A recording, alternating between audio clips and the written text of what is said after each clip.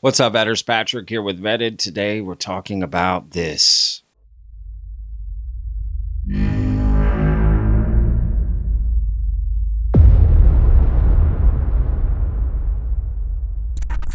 Gary and Mary Ruth, we've been working on this story for a long time, and we'll tell you right up front that it's going to be hard to swallow at first.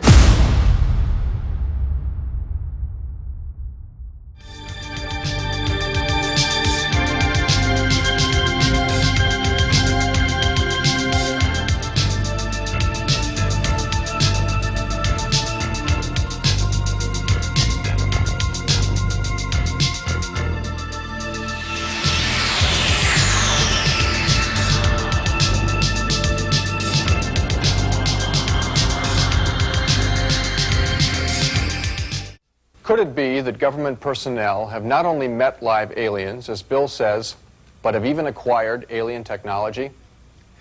In 1989, a man named Bob Lazar appeared on Las Vegas television claiming that he was a physicist hired by the Office of Naval Intelligence to study an alien spacecraft held at a secret location near Groom Lake, Nevada. Since 1989, researchers have tried to either prove or disprove Lazar's sensational claims, but have failed to reach a verdict. Meanwhile, Lazar sticks by his story, and with the passage of time, it seems increasingly likely that he's telling the truth. What he says is astounding. Between December of '88 and April of '89, I worked as a senior staff physicist in what has to be the most secret project in history. My place of work was a facility at an area known as S4 on the Nellis Air Force Range in central Nevada. Area S4 is located approximately 15 miles south of the infamous Area 51 installation at Groom Lake, where the U-2 and SR-71 spy planes were developed. For the duration of my employment at S4, I was paid by the United States Navy. I had at least partial views of the 9 different discs out at Area S4, but the one I'm going to describe to you now is the one in which I not only saw 2 of the 3 interior levels, but I also saw it fully functional in flight. No one who knew Area 51 from the inside ever talked publicly about the saucer stories. Well, there's several, actually 9 flying saucers, flying discs, that are out there of extraterrestrial origin. The live interview with the shadowy Dennis drew international attention. Portions were broadcast by radio in 6 European countries and in a nationally televised TV special in Japan. Actually 9 flying saucers, flying discs. Despite numerous inquiries and feelers, Dennis has remained anonymous until now. His real name is Robert Lazar, a young scientist with eclectic interests. The choice of Dennis was an inside joke. He says that's the name of his superior at Groom Lake. It wasn't a joke to Dennis. He called right after and he said, "Do you have any idea what we're going to do to you now?" And I said, "Well, no." And he hung up the phone.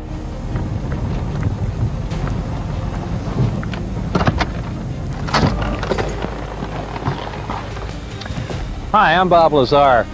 During late 1988 and early '89, I worked on the propulsion systems of extraterrestrial vehicles for the United States government. The hardware and technology I was exposed to should be placed in the proper hands of the scientific community, and it is the right of every person on Earth to know that there is physical evidence which proves that there is life elsewhere and that at least one form of that life has been here. For those of you whose information about me is limited to this video, I'll give you a brief background.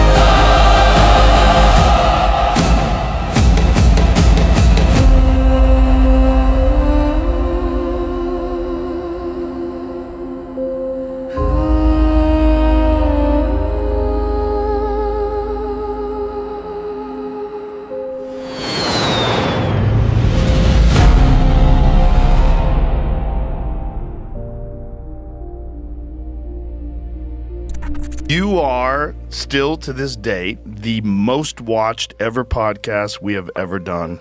That's on YouTube. That's just unreal. I actually held this for this show. What I'm about to say is the first time ever. It didn't make it in my film. I wish it did, but it didn't make it in the film. People think that I make millions of dollars off of this stuff. And I don't. I would love to sign on to the millions of dollars program.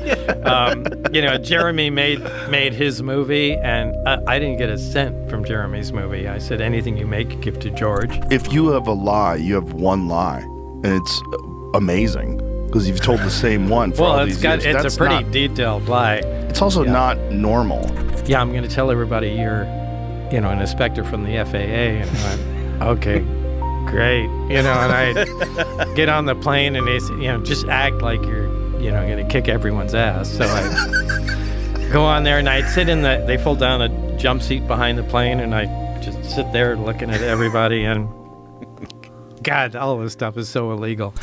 The sport model was an archaeological recovery, and that itself was underwater. So what is the deal with the water?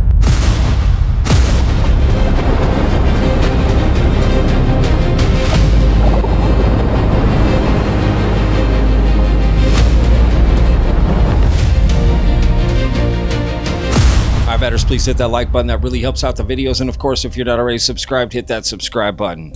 Now let's jump into this Bob Lazar video because it's going to be a long one. In today's video, we're going to be covering Joe Rogan's recent interview with Bob Lazar, his second one. And we're also going to be basically reviewing S4, the Bob Lazar story, the new documentary that just came out by Luigi Vendittelli. I did an interview with him recently. I'll put a link down below if you want to check out that interview. And then we're also just going to be going over different parts of Bob's story. And of course, the show's called Vetted. So we're going to be just pointing out some different red flags and taking a look at Bob's story as a whole. This video isn't here to prove whether or not Bob Lazar is telling the truth or not. It's for you to decide. I'm going to present information. You make up your own mind. Now, let's begin. We're up, gentlemen. Hey, Joe. Great to see you again, Bob. Same here. Long time. Luigi. Joe. You are still to this date the most watched ever podcast we have ever done. That's on YouTube. That's just unreal. It's unreal. It is unreal because it shows you how many people are just absolutely fascinated by the story. And what you guys have done in this new film is essentially recreate S4 and using AI, recreate you as a young man and these experiences that you had. And it was really excellent. Luigi, you're the one who put the film together. You figured it all out. And first of all, what was the technology that you guys used to recreate everything that we did? I just want to say there's about 10% AI in the film, but there's 90% Blender.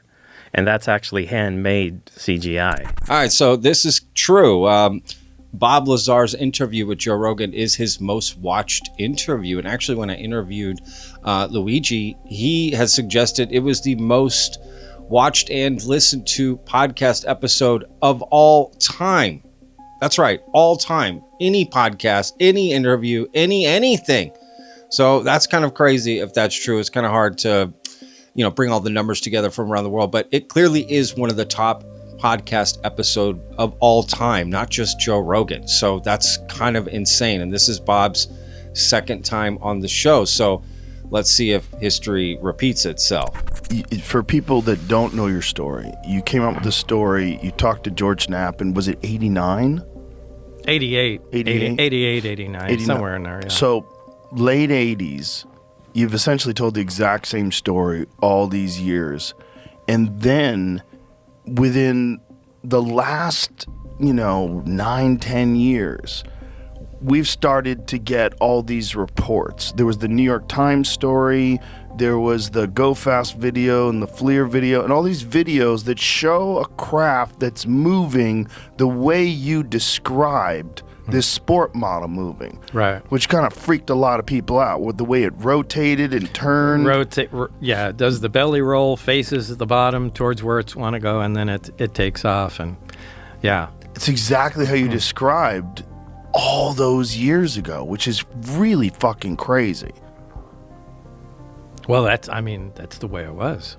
But it's crazy because you had this story way, way, way back then, and everybody's like, this guy's just making things up. This is all cockamamie bullshit. And then you see those videos from these fighter jets, and you're like, whoa, wait a minute. It's moving the exact same way he described. It's doing what he described in 1989. Yeah. Yeah. Time to take a drink. Cheers. Yeah. Cheers. Because it's so weird. I can't. I've had so many conversations with people, and one of the things that comes up is, do you think Bob Lazar is telling the truth? And I say, look, I don't know. There's no way I can know, but he doesn't seem like he's lying. I've been around a lot of liars. Look, nobody can know unless you're there. I'm the biggest skeptic of all. Although if you look at Wikipedia, it says I'm a conspiracy theorist or yeah, something. A conspiracy I think theorist. It says I'm a far-right podcaster. Yeah, all right. So. I mean, yeah, it's crazy. But, shit, I lost my train of thought now. Well, basically, are you a conspiracy theorist? No, you don't even look at this stuff. Well, if you have a lie, you have one lie, and it's amazing because you've told the same one for all these years. It's a pretty detailed lie. It's also not normal. Like, normally when people lie, they get bored with the same lie, and then they come up with another lie, and then there's some other story. You catch them. Eventually you catch them. There's some cockamamie new thing that they come up with, and it's the type of people that are that deceptive. I mean, it doesn't make sense. And clearly, look, people are interested in Bob's story. I, for one, love the story, right? I want it to be true so bad you have no idea. This would make a great movie, right? It's got all the different hallmarks that you would want in a story like this. Reverse engineered alien craft, aliens, secret government facility, right? A sort of controversial protagonist that gets, brought in secretly to do this work, right? The actual process of how the craft sort of operates, and Bob coming out and this whole story and people, going crazy over it, right? Like, it's got everything, right? So I get it, right? Now, is he telling the truth or not? That's just a personal decision you're going to have to make, because the truth is, the more I hear people tell me, like Luigi, I've heard Chris Ramsey talk about it, but Luigi specifically told me this, right?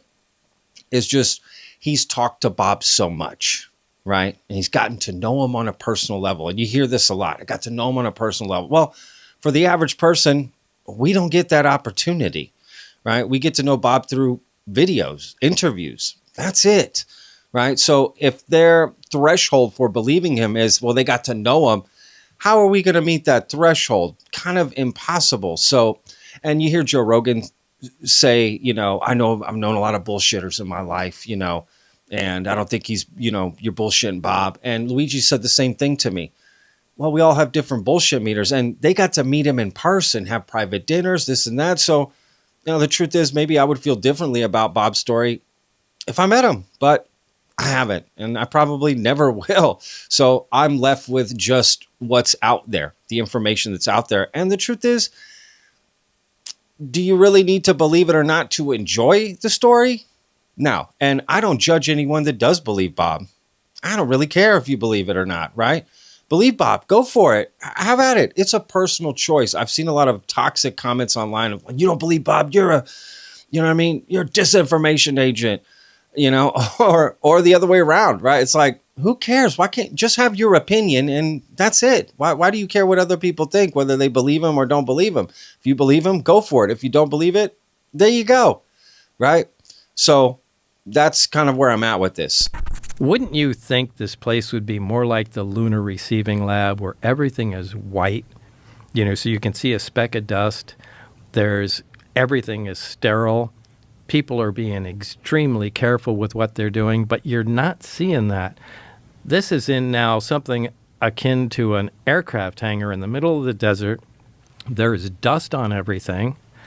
People are taking everything nonchalantly. There's a friggin' poster about the thing. They're here, poster there. And thank you, Luigi, for getting me that poster. We got to figure out a place for that and put it in here somewhere. It's awesome. Yeah, but I mean, they went to the trouble of making a poster. They actually, I think right here. That's a good place. Right there. That's a good spot. Right there. But they actually cut one of the amplifiers out of the craft. So my point is, this is in the film as well. You could see. Yeah, but my point is, it's so nonchalant at this point. When they first had it, it had to be at that level. And they became so used to it, so familiar with it, that, to them it just became like another, fighter aircraft or something from another country. So it must have been there a long time, is what my point is. And for me, this has always been kind of a red flag, especially, let me say the documentary is absolutely amazing. I truly enjoyed it, if I'm being honest. I was entertained. I was hooked. I was in the entire time. Now, whether or not it moved the needle for me to believe Bob more, not me personally, but to each their own, right? I don't know why people are so caught up on, we got to convince people Bob's telling the truth. Why? I mean, lay out the information. Let people believe what they want. That sort of forcing belief that's not going to help anything. But also forcing disbelief, I don't see how that helps anything. But this one aspect of Bob's story has always struck me as odd, especially when you see it brought to life in Luigi's documentary, right? Because Bob helped bring all that together. So even he's admitting they're working in really odd conditions if they're talking about extraterrestrial craft. I mean, it's almost like they're working in high school science labs. So I still don't know how that makes any sense. But I mean, John Lear was such like a loose cannon. He was a great friend to have, but he had no bullshit filter. If he had a retired general come up and give him all kinds of information, or if he had a psychic come up from, the neighborhood and give him all kinds of information, he'd put him in the same category, And so he really did have useful information that was difficult to get, but it was mixed up with nonsense. Right. And sometimes he would just really lean into that nonsense. Like he was convinced that the sun wasn't hot and there were people living inside. And I used to die laughing. I went, you are insane. I said, you can't prove it's hot. Yes, I can. Just go outside, on a hot day, and John said, that's not the sun. That's just the sun's atmosphere that's on fire. And I said, you're just crazy.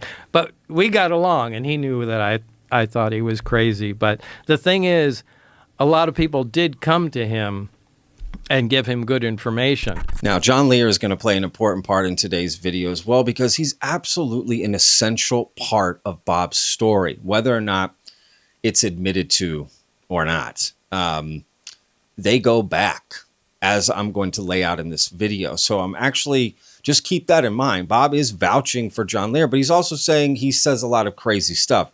And I get that.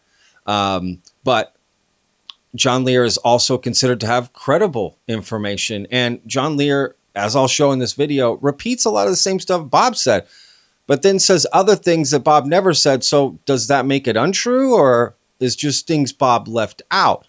Now, again, we'll get into more of that as we move along. But the truth is, Bob has been talking about John Lear a long time. But the fact is, there is a reptilian race, and they are around, and they don't walk down the streets. But they're there. They exist. So you think they're an advanced race? Absolutely. Apparently like the Greys? Way ahead of us. Is there any contact with them now? Supposedly at the test site, there has been contact with a species called a reptilian. What, that they're working there in some capacity, or they're just in captivity? They're just there. The story was related to me about a guard who had to be, or guards who had to be shown photos about 3 to 4 weeks, just flash photos of these species before they were put on duty, so that they weren't sitting there and guarding something and one of these things came walking down the hall and these guys dropped dead of a heart attack seeing this weird looking thing. What do you have any ideas about the motivations, and what is this a joint venture with humans and the reptilians, similar to the old stories about the Greys, or exactly what is there? I don't know what the story is. No. I just can't buy that you believe all this stuff. Well, when we first met in I know. I didn't believe in flying saucers. You didn't believe in flying saucers. And yeah, but still. It's kind of like George Knapp saying, in some of his interviews that I have gone way overboard. You guys got to remember that I've got about a 3 or 4 year head start on you guys. I guarantee you in 3 to 4 years I'm not going to be saying yes to these questions. Okay, Venus, nice place to live. Now, yeah, I know you have trouble with that. I have a lot of trouble with that because there's a sulfuric acid atmosphere. The surface temperature is close to. Have you been there? No, but probes have gone there from our country and other countries, Russia specifically. And you don't think we can doctor the information? The whole point of why would we? What is the big secret? So what if it's habitable? But we want people to think that we are the only ones. Who wants people to think that? Whoever runs the show here. They want people to think that we are the only people. There couldn't be life on Mars. There couldn't be life on Venus. Do you think there's life on Venus? Probably. Is one of them that lady that shows up to the UFO conventions? I don't know. But there's what do you think the surface temperature is on Venus around the equators? It's probably like Earth. Now, What about the clouds? I know you're going to give me that stuff about the clouds, and I don't know how it works. And like we say, we're dealing in opinion. I don't have any facts. I haven't been there, and neither do you. But that's the famous old Bob Lazar comeback. Have you been there? No, I haven't been there, but neither have you.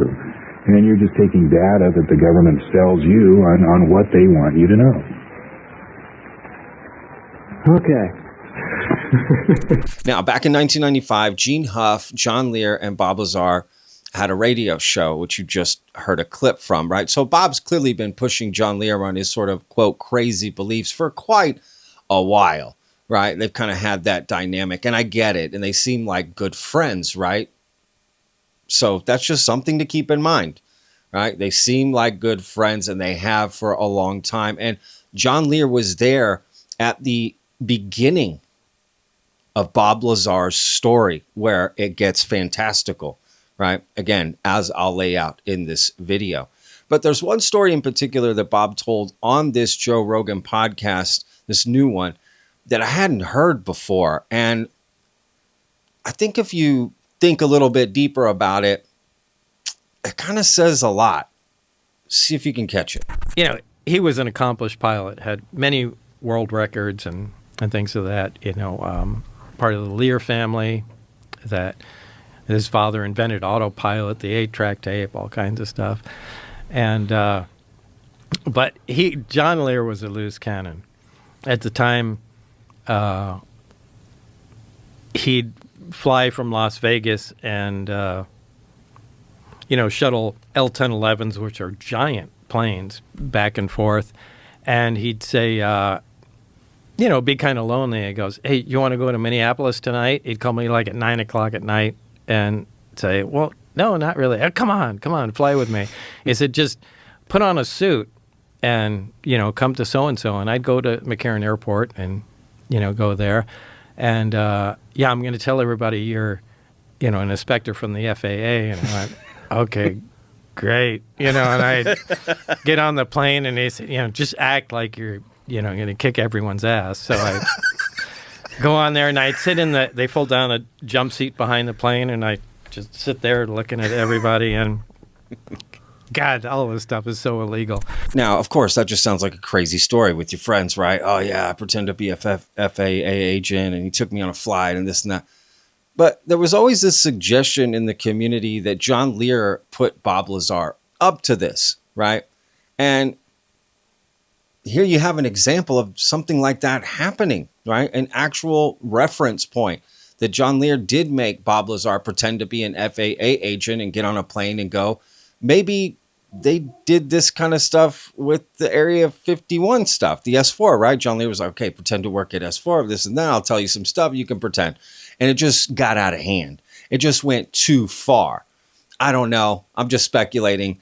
I heard people in my Discord also bringing this up, and I thought, yeah, that's a great point, and I agree. When I first heard it, I thought, oh, well, there's a perfect example of John Lear getting Bob Lazar to pretend to be something he's not. Like I was telling Luigi, I have a bunch of questions for me, you know? Right. Like, what would be your questions for you if you met you? Yeah. Now, questions for me are people that ask me over decades the same questions. You know, why is it the Navy? The Navy paid me. I always said everything has been the Navy instead of the Air Force because, you know, back in the 60s and 70s, you know, there's Project Bluebird and the Air Force and all that. But everything associated with this was the Navy. So, and in these days, you hear some of these new types of crafts that are Transmedium. You know, yeah, you hear the word transmedium, and David Fravor, Commander David Fravor, you know, with the Tic Tac, and you know, things are under the water, and you know, supposedly the craft that the sport model was an archaeological recovery, and that itself was underwater. So what is the deal with the water? He sounds like Jerry Seinfeld. What is the deal with the water? Right? I mean, but unless you know Bob's story really well, you wouldn't have caught what I'm about to share with you, which is that's new information. You see, Bob has never mentioned that before, right? So for those saying Bob's never changed his story, well, here's one example of him changing his story. Now, that doesn't mean he's lying, but I'm just saying if that's the argument, he's always told the same story. Well, that's not true. Right. So here's one example, right? He's saying that the sport model was an archaeological dig that they found underwater. He's never said that before. In fact, he said he didn't know where the sport model came from.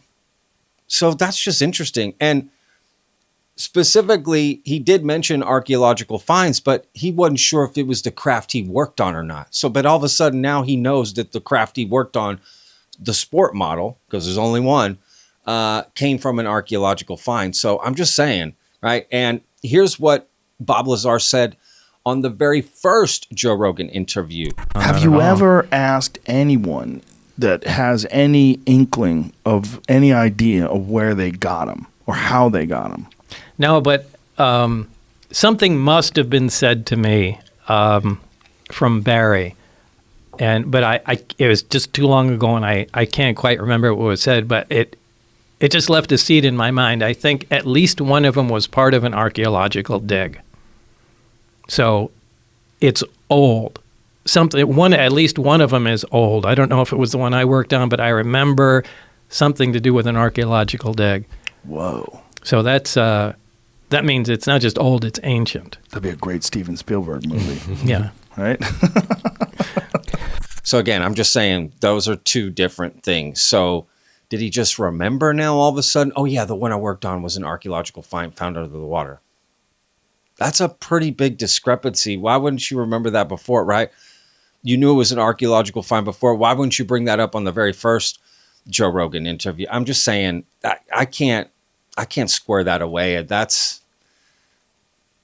I wish Bob would answer a question about that, right? Why is there why the difference in the story?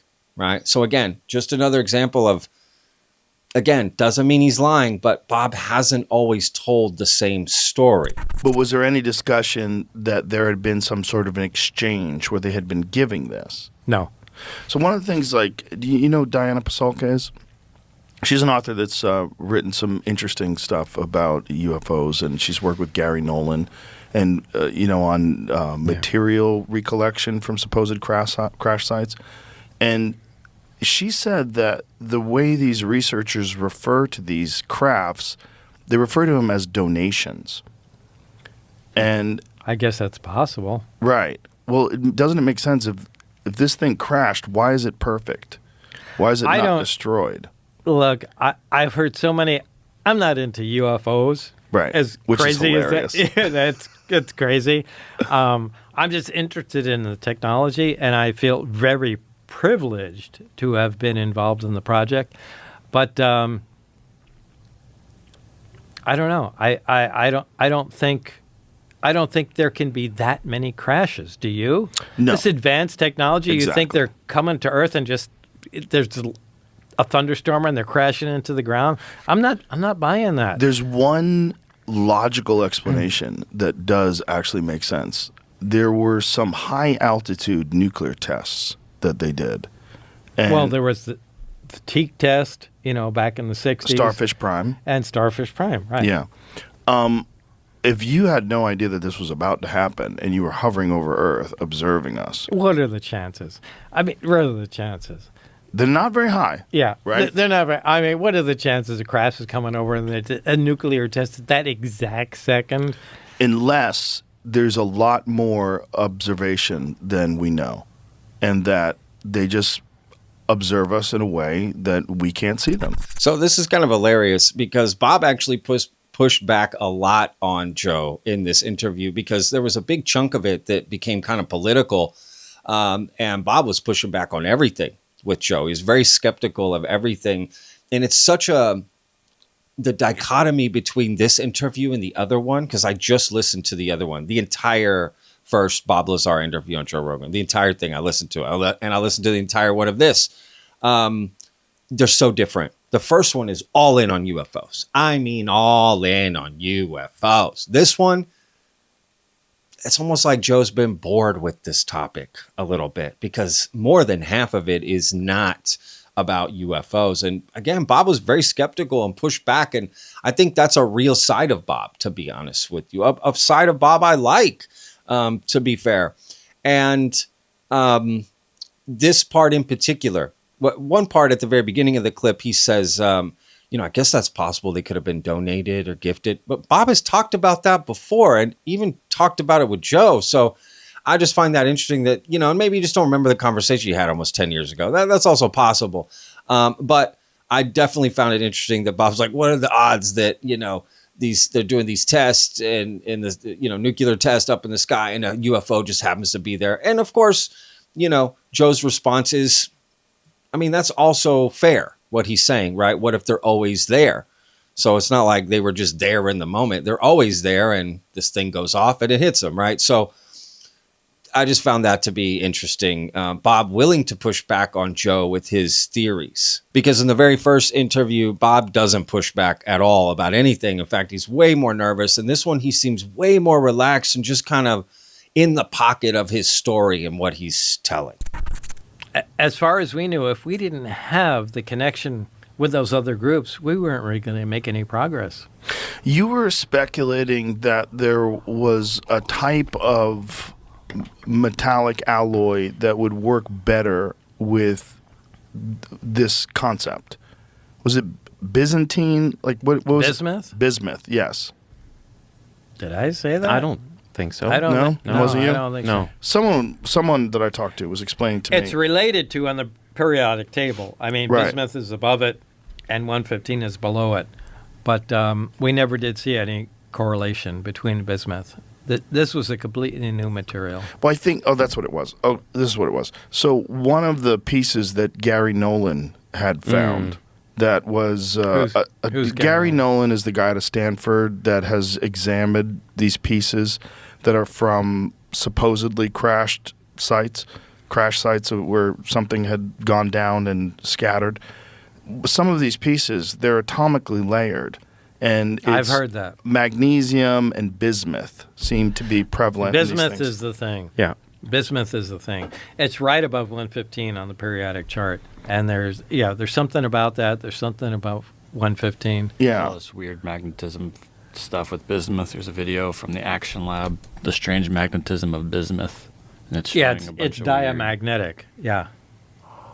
So let him play it out a little bit. Oh, let's try to find those. What is diamagnetic? Diamagnetic is it opposes magnetic fields. I see. So it kind of makes sense if they're finding these pieces that are the way he was explaining. That's business, yeah. The way he's explaining this, whatever this alloy was, this very small piece that was found, I believe, prior to the 1970s. I don't remember the exact date that he's had from one of these crash. One of them was from Brazil that they had recovered. And someone had gotten possession of it in the 1990s, and someone had gotten it eventually to Garry Nolan. He said that to create this on Earth, first of all, it can't be done with current technology. We don't have the ability to do this. The layering technology? Yes. Yeah. And that it would cost billions of dollars just theoretically to make this. And it doesn't exist. This, Yeah, this is it. Alleged extraterrestrial metal, the bottom of a wedge-shaped craft. The 1940s, 26 alternating layers, 1 to 4 microns, dark bismuth, with 100 to 200 microns of silver, magnesium, zinc alloy. Each piece received from the U.S. Army source were formed with a curvature that tapered. Well, in the 40s, yeah. Right. That good luck making Well, that I in mean, the it 40s. says a That's the point. wedge-shaped craft in late 1940s. That's Roswell. Right. I mean, that's Roswell. Well, I mean, what does it do? I Right. would like to see the test results of just the material. We can make that now. We can? Yeah. 1 to 4 microns of bismuth, 200 microns of silver. Yeah. The thing is, like, making something like that in the 1940s is absolutely No, impossible. in the 40s, forget It's impossible. But I mean, now we could fabricate something like that. And it would cost a shitload of money. Now, the most interesting part of that clip for me personally was just that Bob Lazar didn't know who Garry Nolan was, right? And maybe it is true. Bob doesn't pay attention to the UFO stuff, and so he just wasn't aware of who Dr. Garry Nolan was. I don't think he would lie about it because he's talked about other people he knows. So, but that is interesting. And, you know, maybe that's a point for Bob, right? That he really isn't into this UFO stuff, at least not now. Because if you go back to when he came out and all the way through the 90s, he's heavily involved in UFO stuff with shows and videos and interviews and all kinds of stuff. So it's not that he's never been involved in UFO stuff or interested. It's just maybe not now as of late. But another interesting thing he pulled up was there was an old silver mine exactly there in the exact same place. And I wonder if they used that as it was already drilled. There was already, corridors in there. I actually held this for this show. What I'm about to say is the first time ever. It didn't make it in my film. I wish it did, but it didn't make it in the film. Veronica on our team, she's my sister. She's like my right hand. And if I didn't have her, I wouldn't be here right now. She found this. And at a certain point, we were looking at the maps out there. And you'll see in my film that Gene Huff sent us some U.S. Department of the Interior official maps of that environment at the Groom Lake, Papoose Lake. But we weren't satisfied. We wanted to go deeper. We said there's got to be more. And there's one map that is a publicly available map. It's super not easy to find, by the way. That is in the hands of the U.S. Department of the Interior. I could get it to you if you want. I can email it to you. That map is the oldest map of Papoose Lake known in the hands of the government that is public domain. That map, and everybody's going to be listening to this, clearly shows a road that goes right into where S4 is. It doesn't show a road near it.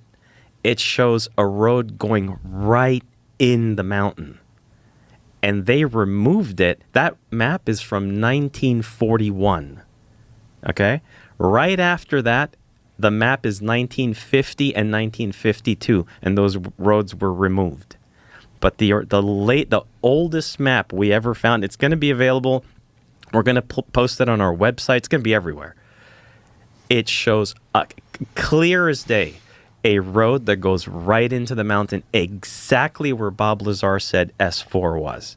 So do you think that was the road to the silver mine initially? Yes, I believe that, yeah. It makes sense that they would use an existing facility and just enlarge it instead of start from nothing. Right, of course, especially if it's abandoned. All right, so this is an interesting part of the interview. And again, he hadn't brought this up, right? Now, there is another part in the film And I think people are going to get a lot of this stuff confused, to be honest with you, because if you watch the documentary at the very end, they bring up this old map and they talk about these roads and the outlay and this and that. And they even talk about Google Earth. And just people get confused on what exactly. But basically the point is they're trying to say that, you know, there is evidence that there's roads and things out there by S4 where Bob was talking about, right? Just to kind of add credence that people do go out there, and it is possible that Bob went out there in a bus. Essentially, that's what they're saying. And that maps changed and why they hiding stuff and this and that. Well, I mean, we also have to remember this is over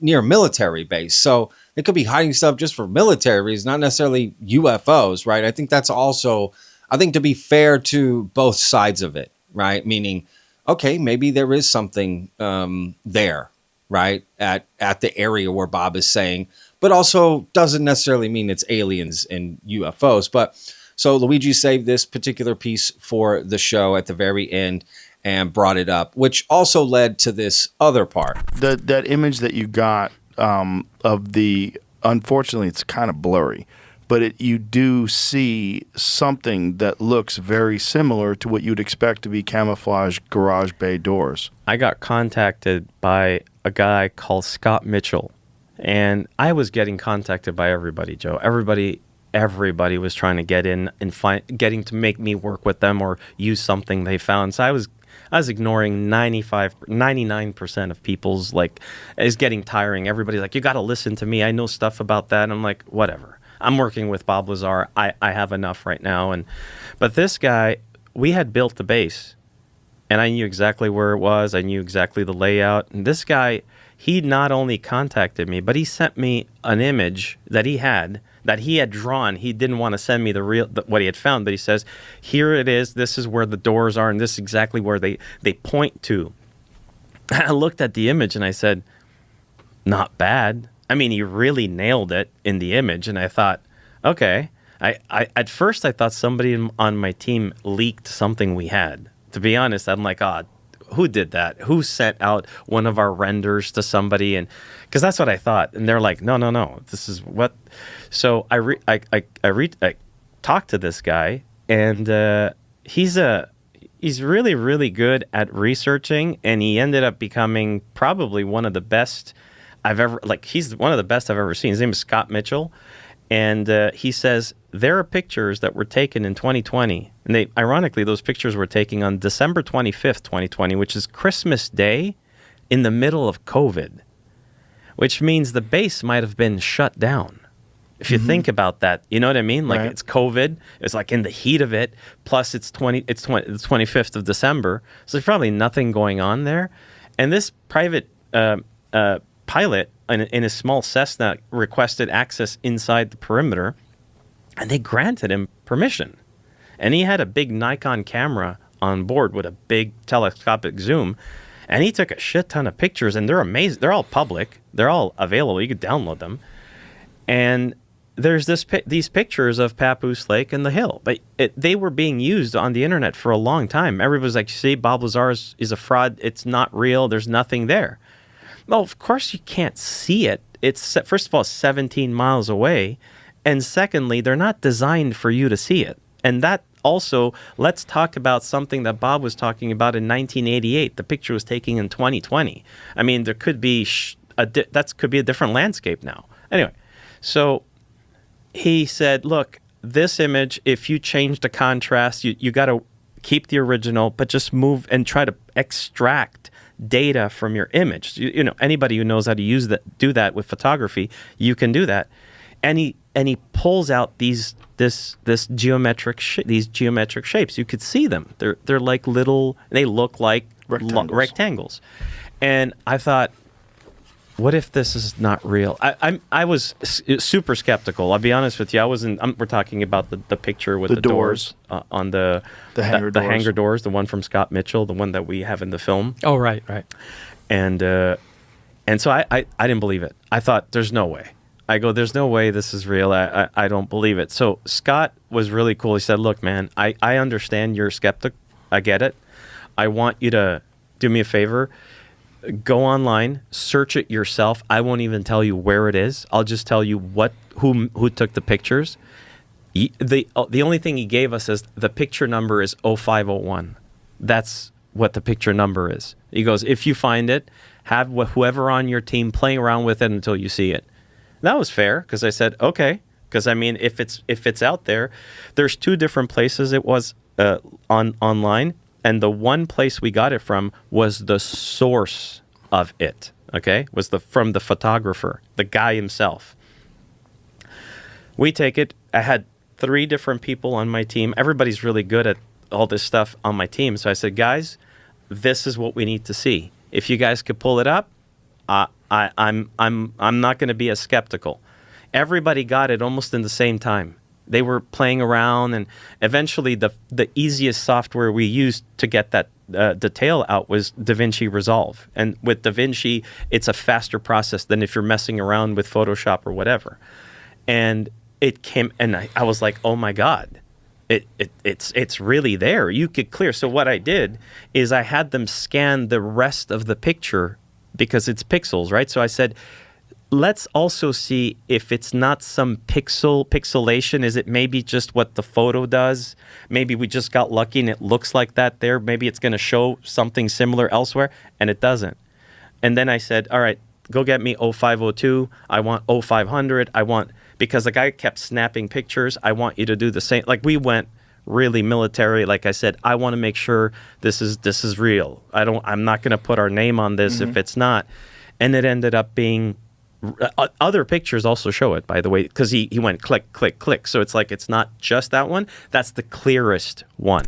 The picture that they're talking about is what probably the most that got talked about from this documentary that I saw online. And, you know, kudos to Luigi. And again, he made an excellent film. I thoroughly enjoyed the recreation of Bob's story.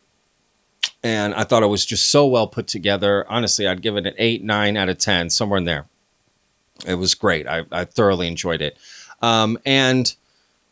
But this part in particular with this photo that allegedly shows the hangar doors is what most people were talking about. And I remember when I interviewed Luigi, again, link down below to check out that interview, Luigi was telling me, hey, there's something in the film that there's no way Bob could have known this. And it's, you know, bombshell evidence that helps confirm part of his story. Not the UFO part, but definitely a part of his story. And I believe this is what he was talking about. And it's essentially basically what you heard, right? This guy took some photos. They were able to mess around with the contrast of the photo and allegedly see some hangar doors by messing with the photo a little bit, right? So here are the photos. Let's take a closer look at this. And if you zoom in on the photo, you can see something there. You do see lines and what could be doors. I mean, the thing for me is I wish what they would have done in the documentary is just showed the photo and then said, what do you see? Instead, they were already telling you what you were going to see in the photo. So you kind of it's already in your mind. If that makes sense, what I'm saying, right? I wish I could have just seen the photo fresh. They would have changed the contrast and then, hey, what do you see? And then if people are like, well, I think I see some doors or something, that would have been a little bit different. But again, they were just telling you, you're going to see these doors. Here it is, And so they're kind of just setting you up a little bit. But I also get it, right? From a documentary standpoint, you may not have even thought of that when you were making it and putting it together. And of course, I have the luxury of retrospect, right? Afterwards, as I'm armchairing the review of it.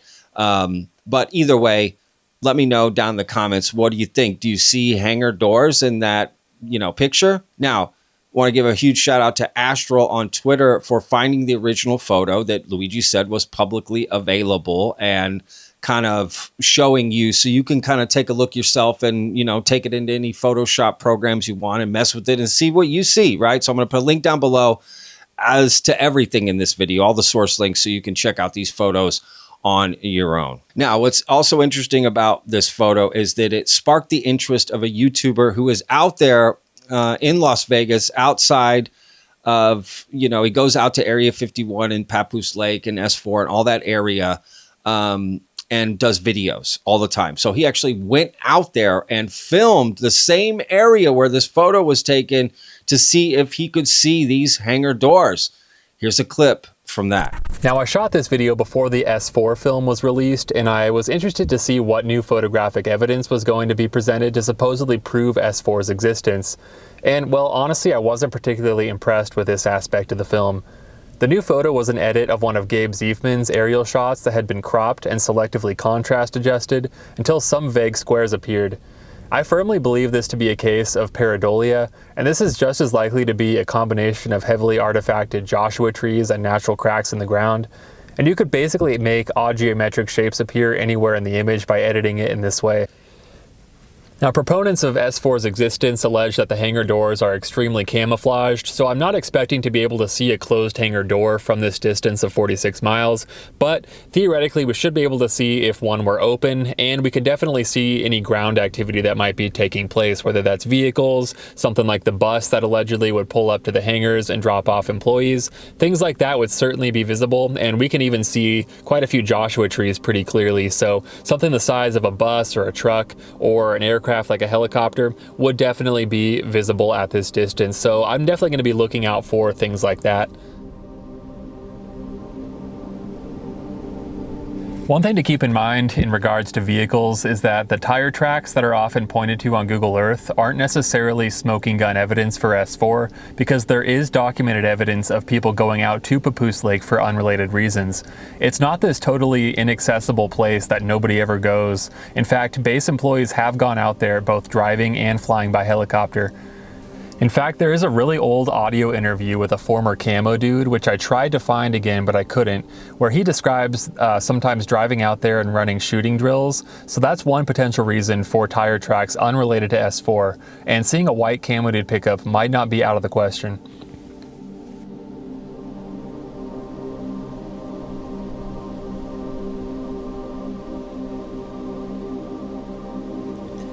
Now, I'm about 95% confident that this small hill right here is where the film alleges that the hangars are, and this lines up with what I remember of the old photos on Bob Lazar's website back in the day.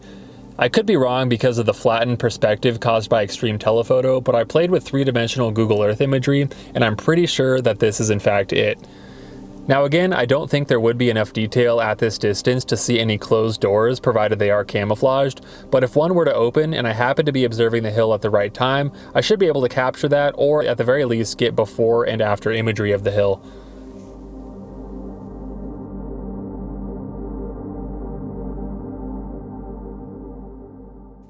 So I find that to be interesting. Now, before anybody jumps down that guy's throat, right, he all about seeing stuff in the sky out there, this guy. So, you know, it's not like he's some debunker or whatnot.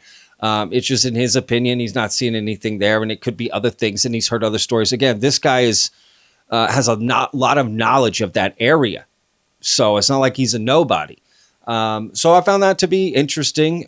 Does it mean it's true what he said, right? Like, no. There could still be hangar doors, and he said he's going to look out for it, and he's just giving his opinion. But I found his opinion to be worthy of sharing with you. So again, link down below to that full video if you want to see more of the stuff that he shot and get better context about what he said. But nonetheless, that is the biggest bombshell, in my opinion, that came from this new S4 documentary about Bob Lazar. So shout out to Luigi for bringing that out. It definitely created a bunch of conversation and got people talking. And I'm kind of, you know, I can see some what look like doors, I will admit, but also maybe not. It's tough to tell, but it does look like something's there. I don't know. That's a tough one. This finally brings us to the power source. The power source is a reactor which uses this element 115 as its fuel. In this reactor, element 115 is used as a target and is bombarded with protons in a small particle accelerator. When a proton plugs into the nucleus of an atom of 115, it increases its atomic number and becomes an atom of element 116, which, remember, decays instantly. What element 116 releases as it decays, or what it radiates, is antimatter. What is antimatter? Antimatter is the exact counterpart of matter, which has a charge and a spin that is in the opposite of all matter. When combined with any matter in our universe, any matter reacts and completely converts to energy. And remember, the rapid conversion of matter to energy is what we generally call an explosion. Now, we're clearly going to talk about the power source and power reactor of the craft, as Bob just kind of explained in an old video that's called the Lazar tape that he produced and directed with Gene Huff, his friend. And it's just interesting what he said about the power reactor, you know, anti-gravity, antimatter. He has changed his story a little bit on that, to be frank, as we'll kind of go through here in this segment. So first, let's talk about the power reactor. Then we'll get into the element 115, which again is the fuel for this power reactor. They determined that was the power source. That's at the point that I was introduced into the project. So when you say gravitational wave, is that for lack of a better term, or is it something that's measured? Is it? No, it's for lack of a better term. Like there's nothing. I mean, as I said in Luigi's movie, you can take magnets with like poles and push them together and they repel, but you can't take your hands ever and push on something and they repel them. That's a force field, right? That's science fiction stuff. But that's what this did.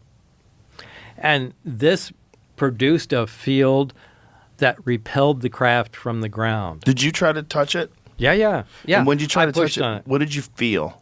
An elastic field. You can push down, but you can't get close to it. The closer you get to it, the more it pushes back. So you can. Like how much distance between you and the actual thing were you able to achieve? I mean, I would say about 6 inches or so? Maybe about 9 inches, which is about a span. And no, it's at some point you can't push back on it at all. But the important thing is if you have a magnet, a little disc magnet sitting on the ground, and you have another magnet and you push on it, that magnet moves away, right? Yeah. Because it's pushing on it. But the craft didn't. The reactor didn't. If you had the reactor there and you pushed back on it, it didn't push away when you pushed on it. It just prevented you from touching it. Yeah, and so when Dennis said, go out there and look under the craft, here's the craft, whatever it weighs, suspending itself above the ground, and I went underneath it, you would think it's translating its weight onto the ground and pushing, and I should be squashed without any doubt, but I'm not. There's no feeling there at all. So it's not translating its weight or its push to the ground and pushing off the ground. It's just canceling out its weight, which is something completely different. So he says it's for lack of a better term, right? Gravitational wave. But the truth is, that is what he said for decades. He was positive it was anti-gravity, right? There was no for a lack of a better term. And I found that to be interesting when I'm watching the documentary and Bob's like, well, it could be something else. You know, wait a second, you never said that.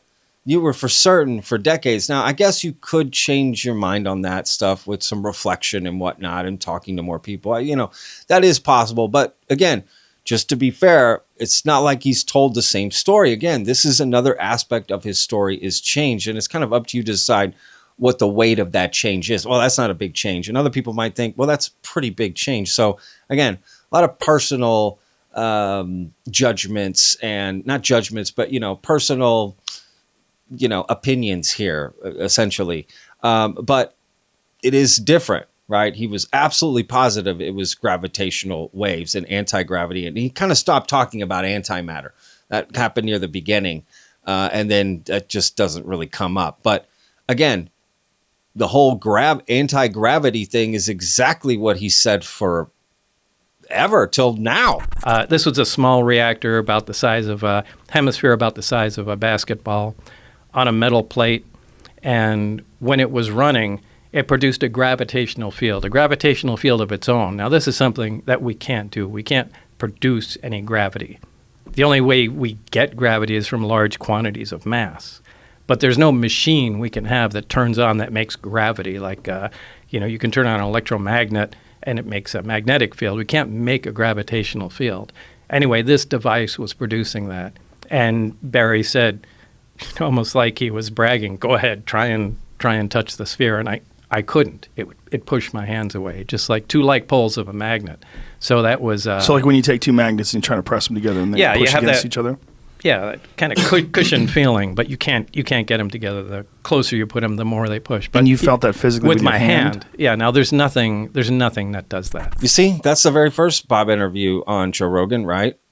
There's no mention of it could be something else, and again, he talks so certain about it, even so much so that Jeremy Corbell during this same interview brings up how Bob was vindicated by bringing up gravity as a wave, right? And it proven true. So, later on, right? So, but Bob's now saying it may not even be gravity. So what was the point? So was he vindicated or not? Like, what's going on? So what has he said that has come true? He's totally unimpressed with it, right? What has he said that's come true? So I was like, Bob, they've announced gravity as a wave. You were right, man. You're vindicated. And he looks at me and he's like, well, if you think about it, Jeremy, I had like a 50-50 chance. He was not very impressed, right?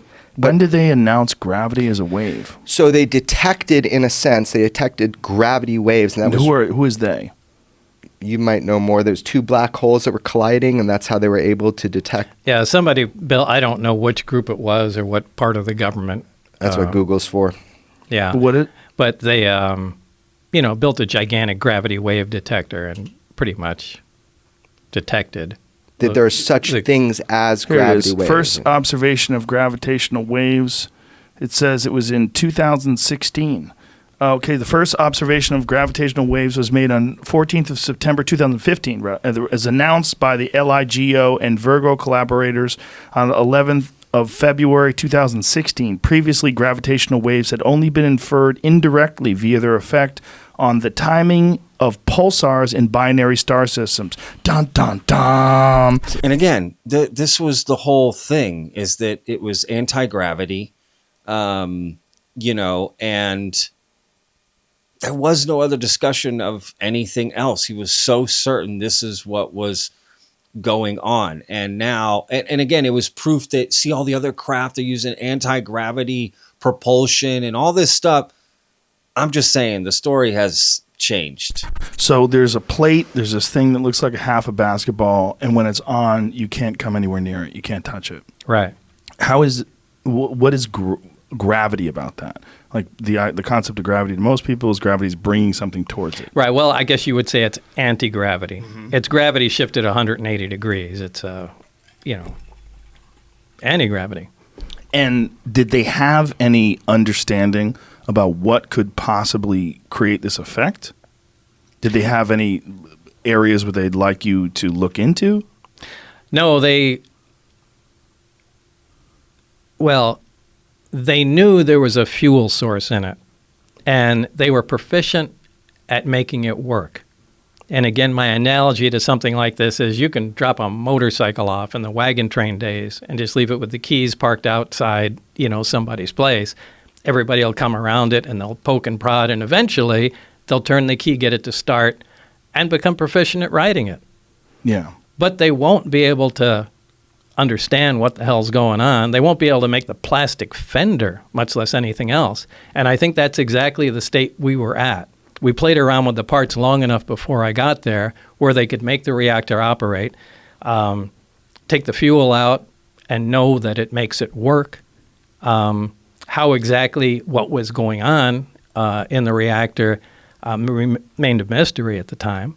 I think we made some progress on what was going on inside, but I don't think anybody really knew anything. They could just watch what was going on and make note of it. How long were you there? I'd say about 6 months or so. And what progress was made while you were there? Well, we came up with a bunch of reasonably good ideas about how the reactor worked. And one of them was the square base of it was essentially like a cyclotron, which is a small particle accelerator, a circular one. Particle accelerators, linear particle accelerators, are just a, long tube essentially, and they accelerate particles with high voltage and radio frequencies till they reach high speeds. But a cyclotron does that in a small circular area. And there's this very heavy element fuel, element 115, something that wasn't on our periodic charts at the time. But it is now. It is now, yeah. When did it become on the periodic table now, the way the charts now? I don't remember. Do you remember when they... 2004, Darmstadt, Germany, I think, is where they first fabricated 4 atoms. They lasted 220 milliseconds with the atoms. It's nothing, right? And then it later was discovered a couple more times they could fabricate it. Then they gave it a place then on the periodic chart. After that, called it Moscovium. So they told you about this stuff in 1982? Yeah, well, No, we not kind of... 1982. What year was this? It was 88 and 89 when I was there. Oh, okay. 82 is when 82 I was when was you at were at Los Alamos. I'm sorry. Yeah. So 88, 89, they told you about this stuff. So this was not like... No, they didn't tell me about it. That's one of the things that this group came up with. The God, I keep losing my train of thought with this thing. So this one area, this element 115 was the fuel. Yeah, it was the fuel. And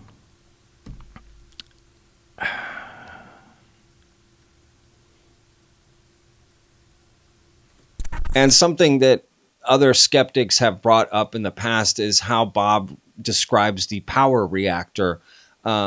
Essentially, he just used this old story that was basically called Demon Core, okay? Something that happened at Los Alamos. And if you see a picture of this core, it's the exact same design as what Bob laid out for what the core was in this alien spacecraft. So, and that there was an explosion with this core as well. So the stories just match up almost identically, right? Which is just kind of interesting. Did Bob take his story from this demon core sort of story? And another aspect that's interesting is they talked about taking this to the Pacific, right? And Bob also said that they were going to be taking the craft or whatever research to the South Pacific as well. I'm just saying there's a lot of similarities here. Yeah, I remember Barry talking about moving it to the South Pacific, like in Kwajalein or something, but they said the expenses were so great they couldn't do that, but they wanted it away from everybody. And they hated the fact that it was right alongside the highway in Nevada, by south of Area 51. But that's the best place they had at the time and the most affordable. And of course now with, budgets being so tight, who knows where it is. Now let's get to element 115, which is essentially what Bob said powered the craft, the fuel of the craft. Think of it that way, right? You go pump gasoline to put into your car and that fuels your car. Think of it the same way. Element 115 is, 87 unleaded. So element 115? Yeah. So you have it in this triangle-shaped form. Mm-hmm. Did you ask how they got into a triangle-shaped form? Was it made this? This is how it came in the reactor? I'm sure I did, but it only worked like that. It worked like a stack of discs and had to be cut at a certain angle to work in the reactor. And did they say they cut it, or did they say it was already cut? Well, it was already cut, and they were duplicating it. Pull that microphone up, too. Sure. So they were duplicating it. Did they have more of it, this element? Yeah, they had quite a bit of it. So either there was a quantity in other crafts or other reactors that they removed. So what's interesting here is he's saying they had quite a bit of it, right? But there is a part of this story that Bob has changed on, right? Or at least he's omitted from his story for a long time. And we'll get into it in a second. But it's about 115 because there is a lot of controversy around this element 115. It is, but the stuff is borderline magic. And that's essentially where we left it, when I left the project. So there was no progress made? There was some progress. We did identify, at least we think, some processes and had a rough idea, we think, of what was going on. But I think this is a problem that they've had for a long time. So here is where Bob has omitted a certain part of his story for a long time, okay, about Element 115, because initially, Bob, in an interview back in the early 90s, he stated that he was the one that identified Element 115, and that was his contribution to the project. Element 115 comes from him. But that's not how he makes it sound after that, right? And he's never repeated this again. So I wish someone would ask him. Now, let me show the receipts. So this is the book right here. It's called UFOs and the Alien Presence, right? And it's written by a man named Michael Lindemann, okay? And he did an interview with Bob and included this quote from Bob in the interview. They had not yet identified 115. I was the one who identified 115. That was my only contribution to the project. And I don't stand on the fact that it's 115, but if it's not, it's 114. It's right in there. So that's interesting. So he's saying it could even be 114. But Bob has never said that again, right? He's saying it could be element 114, but he's calling element 115. He's always called it element 115. That's it. That's the thing. I mean, most people have never heard this quote before in their life. I hadn't heard it. Shout out to Gene Johnson on Twitter for pointing me to this particular interview that Bob did. And again, Michael Lindemann had included him in a documentary that he also made about UFOs. And he believed Bob in his story. But, you know, I'm just saying this is different.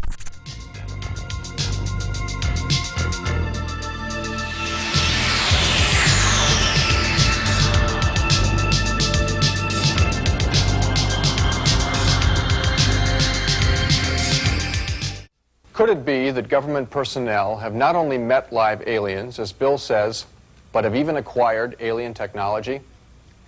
In 1989, a man named Bob Lazar appeared on Las Vegas television claiming that he was a physicist hired by the Office of Naval Intelligence to study an alien spacecraft held at a secret location near Groom Lake, Nevada.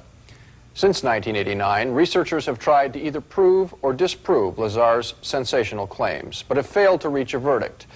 Meanwhile, Lazar sticks by his story, and with the passage of time, it seems increasingly likely that he's telling the truth. What he says is astounding. So what was it? 114, 115, right? There's a big difference here, right? Because if it is 114, then all the people saying, oh, they found element 115, that vindicates Bob's story, right? You've heard that. They synthesized it back in the early 2000s. See, Bob was right. But what if it was 114? All right. Does that still vindicate Bob's story? No. And this is probably why it's not brought up. And again, I'm just saying Bob hasn't always told the same story. Again, it doesn't mean he's lying, but I'm trying to bust that myth that Bob has always told the same story, never changed it all these years. That's just not true. Now, there was even a rumor that Bob had element 115, that he essentially smuggled it out and was doing tests, and he never really wanted to talk about it too much. But it's kind of come out. They're kind of talking about it. They even show a test of Bob's personal element 115 test in the new S4 movie. The Defense Department folks are doing, and anti-gravity propulsion is something they want very badly. Bob said that the key to it was this element 115. He had a piece of it. I saw it. In fact, he had a little experiment they did with what's called a cloud chamber, where they had, it looked to me like light. They had a piece of this 115 in this chamber. They put some smoke in it, and it seemed, and then had a beam of light through it, and the light bent. Bob, at one point, when he thought he was going to die, had this piece of 115 in it was in a lead casing, in a disc-shaped casing, and he had it in front of a particle accelerator at his house, and he had the accelerator on, and all he had to do was flip a button. If this stuff was real, as he described it, flipping that button would hit it with, I don't know, it's protons, electrons, whatever it was, that would make it explode, an annihilation that would have left a great big hole in Las Vegas. And he had that piece. I saw the experiment. What happened to it, that's a story for another time. It's in a spot now where nobody could get to it, but it's still there. One of these days, maybe after Bob's gone, I'll go dig it up. But I just found that to be interesting. They didn't want to really talk about it. And Bob skirted around it in the very first interview with Joe Rogan. But, he's since just, they're talking about it. But what's interesting is John Lear Okay, going back to him, on a radio show interview, talks about this experiment with 115. Check this out. Also, some time ago, you had an opportunity to meet Bob Lazar. I want to get your take on what you think of Bob Lazar. I mean, do you find him to be credible? Do you think he's legit? Absolutely, 100%, 120%. What anybody ever says, about Bob, disparaging Bob, I can tell you, I was the guy that was there. I was the one that he took to see he took me to see the flying saucer. He knew exactly when it was going to fly. He's the one that got a hold of the 115. I'm the one that saw the experiment. Him and Joe Vendittelli and myself made the experiment. And the 115 being the element that powers the saucer. The powers the saucers, okay. And what we did is we took a bell jar and we put a piece of dry ice and we put the 115 on the dry ice, then took a Coleman lantern, one of those little, what do they call them, the little lantern panels or whatever they are, that shines light, and these are partially radioactive. The reflectors? Yeah, they are partially radioactive, and they're the ones that cause the light in the lantern to be so bright. All right. And they shoot out alpha rays. Now, the alpha rays are supposed to go out into space at, the speed of light, but we have videotape of that, the alpha rays being, pulled back down into the 115. So, the bottom line is Bob was real. The whole incident was real. Everything happened exactly as Bob said it did, and I said it did. I've seen the Dan Burrish tapes. As far as I know, he never met Bob, but the stuff that he talks about certainly indicates that S4 is real and that it's there. But again, is it 114 or 115? Right? And why did Bob never take claim that he was the one that contributed to this? He just said that initially and just never really brought that up again. I just think that's an important thing to remember. And maybe Bob can add some context. But again, no one really asked him any tough questions.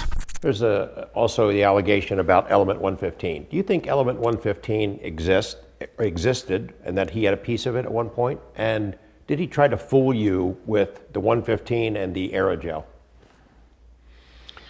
I discovered that aerogel was not what it purported. What he was saying it was, and it was accidentally. I accidentally came across the fact that this beautiful, smoky, very lightweight kind of crystal. Weird, yeah.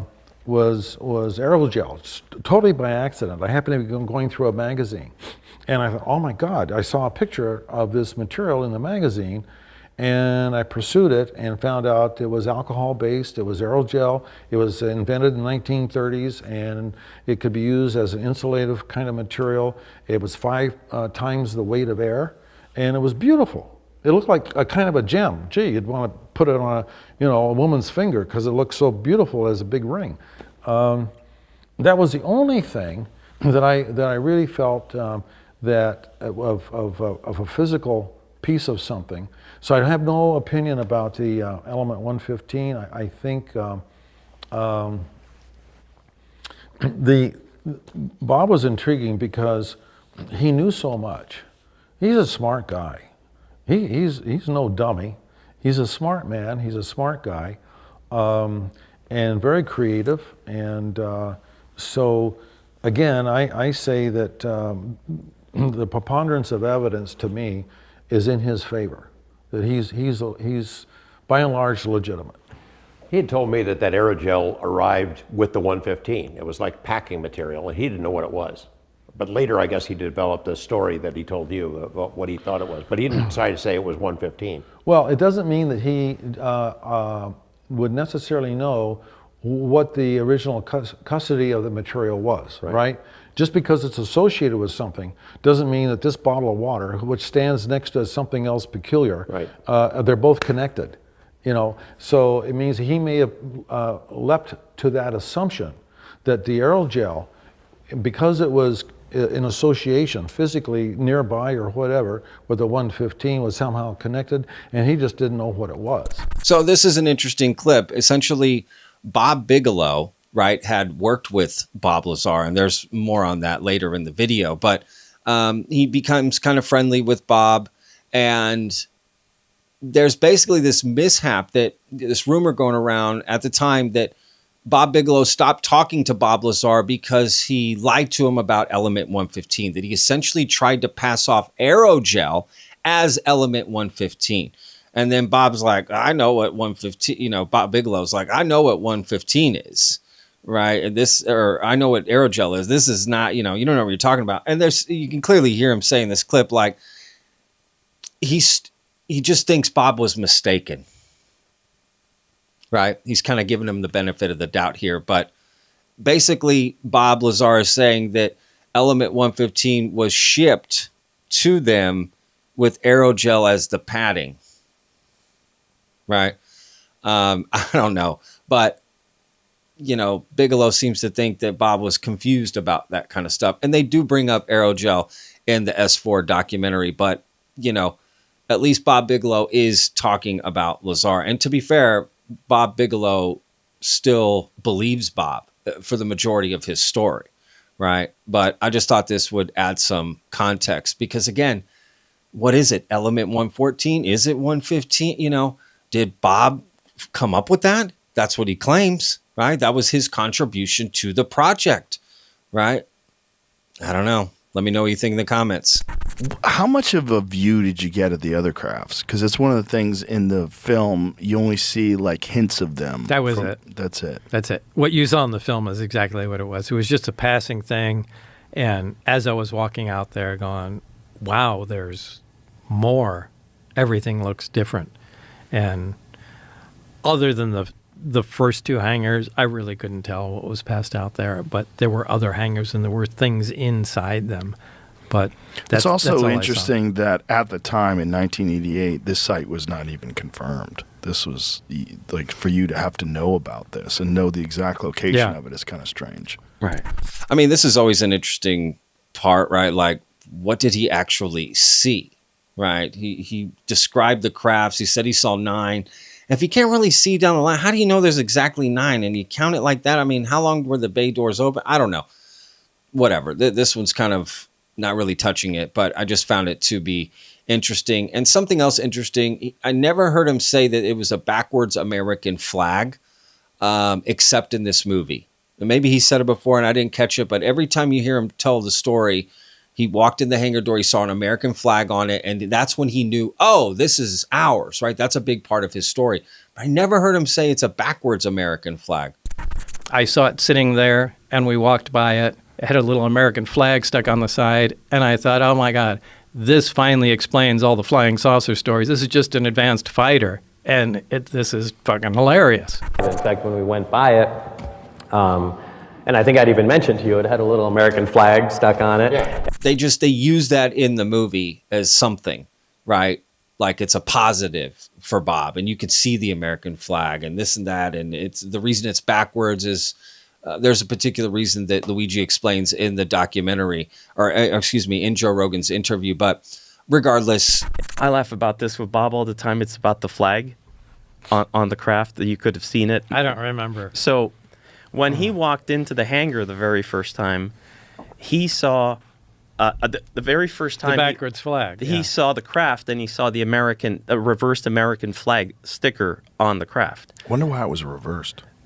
I'll get to that in a sec. I think I know, but there's a lot of detractors saying there's no way Lazar could have seen that flag. If the craft was that size and it was on the hull, on the craft shell, there's no way the angle, he's 5-something, he wouldn't have been able to see it. So we built it. We built a 52-foot diameter craft. We put it in the hangar. It's there. And my team, Chris, gives me the goggles, the ones I made you try on. And it is the very first time I go in there. And I know the craft is there. So I put them on, and the first thing I said is, "Oh, there it is," and they're like, "There what is?" I said, "The flag." Had Bob Lazar not actually seen that, the majority of the detractors out there kept saying, "There's no way at that angle a human eye could see a sticker on the top of the craft, which is on the top shell." But you can. Why do you think the flag was reversed? In American flag use law, the only thing we were able to ascertain is the fact that on military or on vehicles, anything military on a uniform, if ever you see an American flag on your right shoulder, it's reversed because it's how the wind is blowing the flag. On your left side, it's like the flag is because the wind is blowing this way. If you look at vehicles, let's say a Greyhound bus, they have American flags on each side, and they have a normal one on the left side, and a reversed on the right side because it's the right side of the vehicle. So it's blowing because the wind is back. blowing the flag that way. Yeah. So the reversed American flag is a actual. It's the law of how to use the flag in the United States military or on vehicles, and it has to be like that on the right side.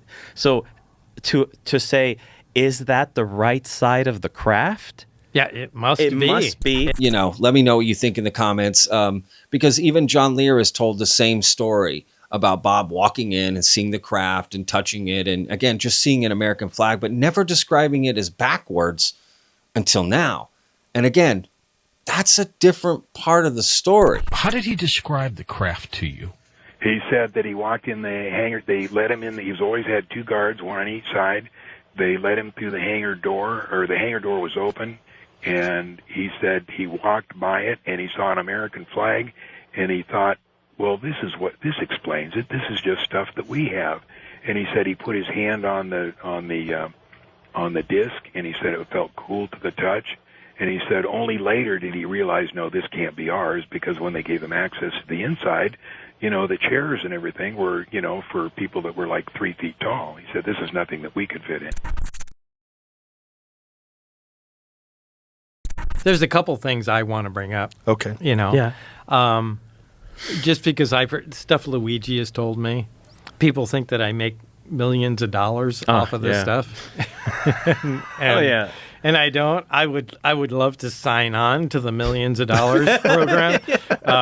You know, Jeremy made his movie, and I didn't get a cent from Jeremy's movie. I said, anything you make, give to George.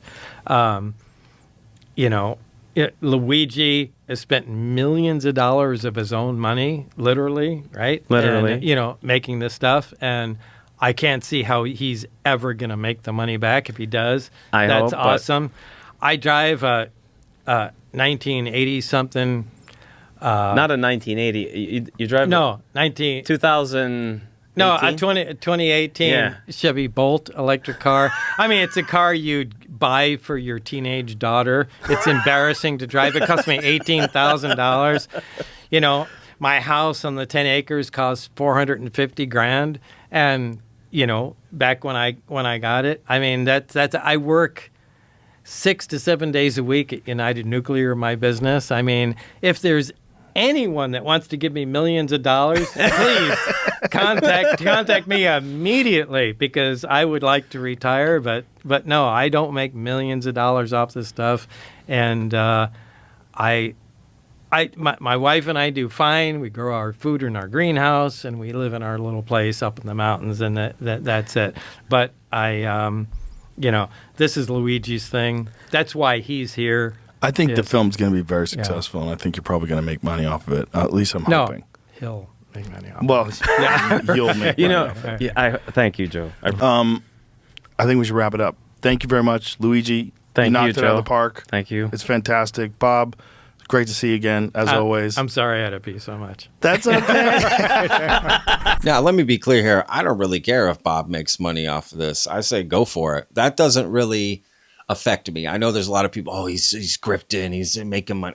Honestly, I don't really care. I hope he does make money. That doesn't really bother me. Is the story true or not? That's all I care about. If that's where you're going to determine if he's telling the truth or not. I mean, people can tell the truth and also be grifting and making money off of it. That doesn't mean the same thing, and vice versa. So you know, that doesn't really affect me, to be honest with you. But there is something else going around that I did want to talk about, because there's another YouTuber called Dark Journalist who made quite a claim on a recent live stream about Bob Lazar, and I do want to talk about it. And it was interesting to me. I want to put this on the record at the Lazar thing. Lazar was out there saying, well, I don't make any money from this. You know, all the money for the movie I did with Corbell, I didn't see a cent or whatever. Let me tell you something. Bob Lazar got $2 million from Bob Bigelow as soon as his story came out. And in the early 90s, Bigelow made a huge deal with him. $2 million.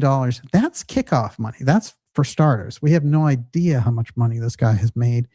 And so let's be real. Let's get real here and stop with the softball conversations and the like, oh, hey, man, I'm smoking a blunt with Bob Lazar and he's telling me about UFOs, That's bull. That's not journalism. That's a joke.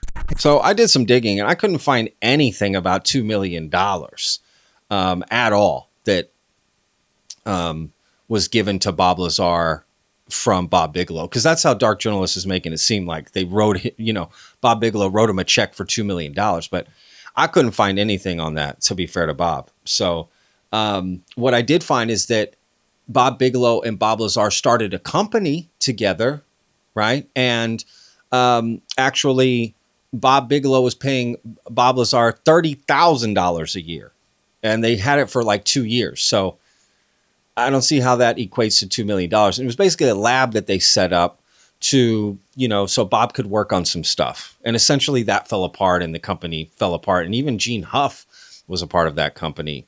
So, where's the $2 million? I don't know. And, Bob Bigelow came out and said that he doesn't even think Bob Lazar is after the money, to be honest with you.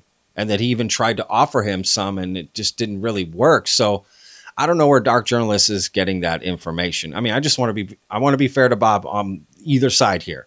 So maybe Dark Journalist can provide some receipts of that claim, because I just don't see anything about that online. I looked pretty deep, in fact. I never viewed Bob as being a fraud, as to Area 51 and all of that.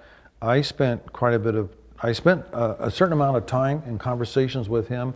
We put a little bitty business together and tried to do something for about 4 months in that business. And so I had opportunities to test him, like you would, like anybody would, and see if he repeated the same thing and stuck to his stories and or what kinds of things could I find that were not legitimate. And I didn't find much. I wouldn't say it was zero, but I didn't find much that I could say, oh no, this guy is absolutely off, in what he's telling me is the truth. And so I wouldn't say that he had not experienced a lot of the things he claims that he has. You think he did? I think the odds, I would look at it in terms of odds. This is Las Vegas, right? So I would say the odds are Bob Lazar has, for the most part on everything he has said, it has been telling the truth. Those are the odds. And I would say if you're betting against that, you're betting against substantial odds.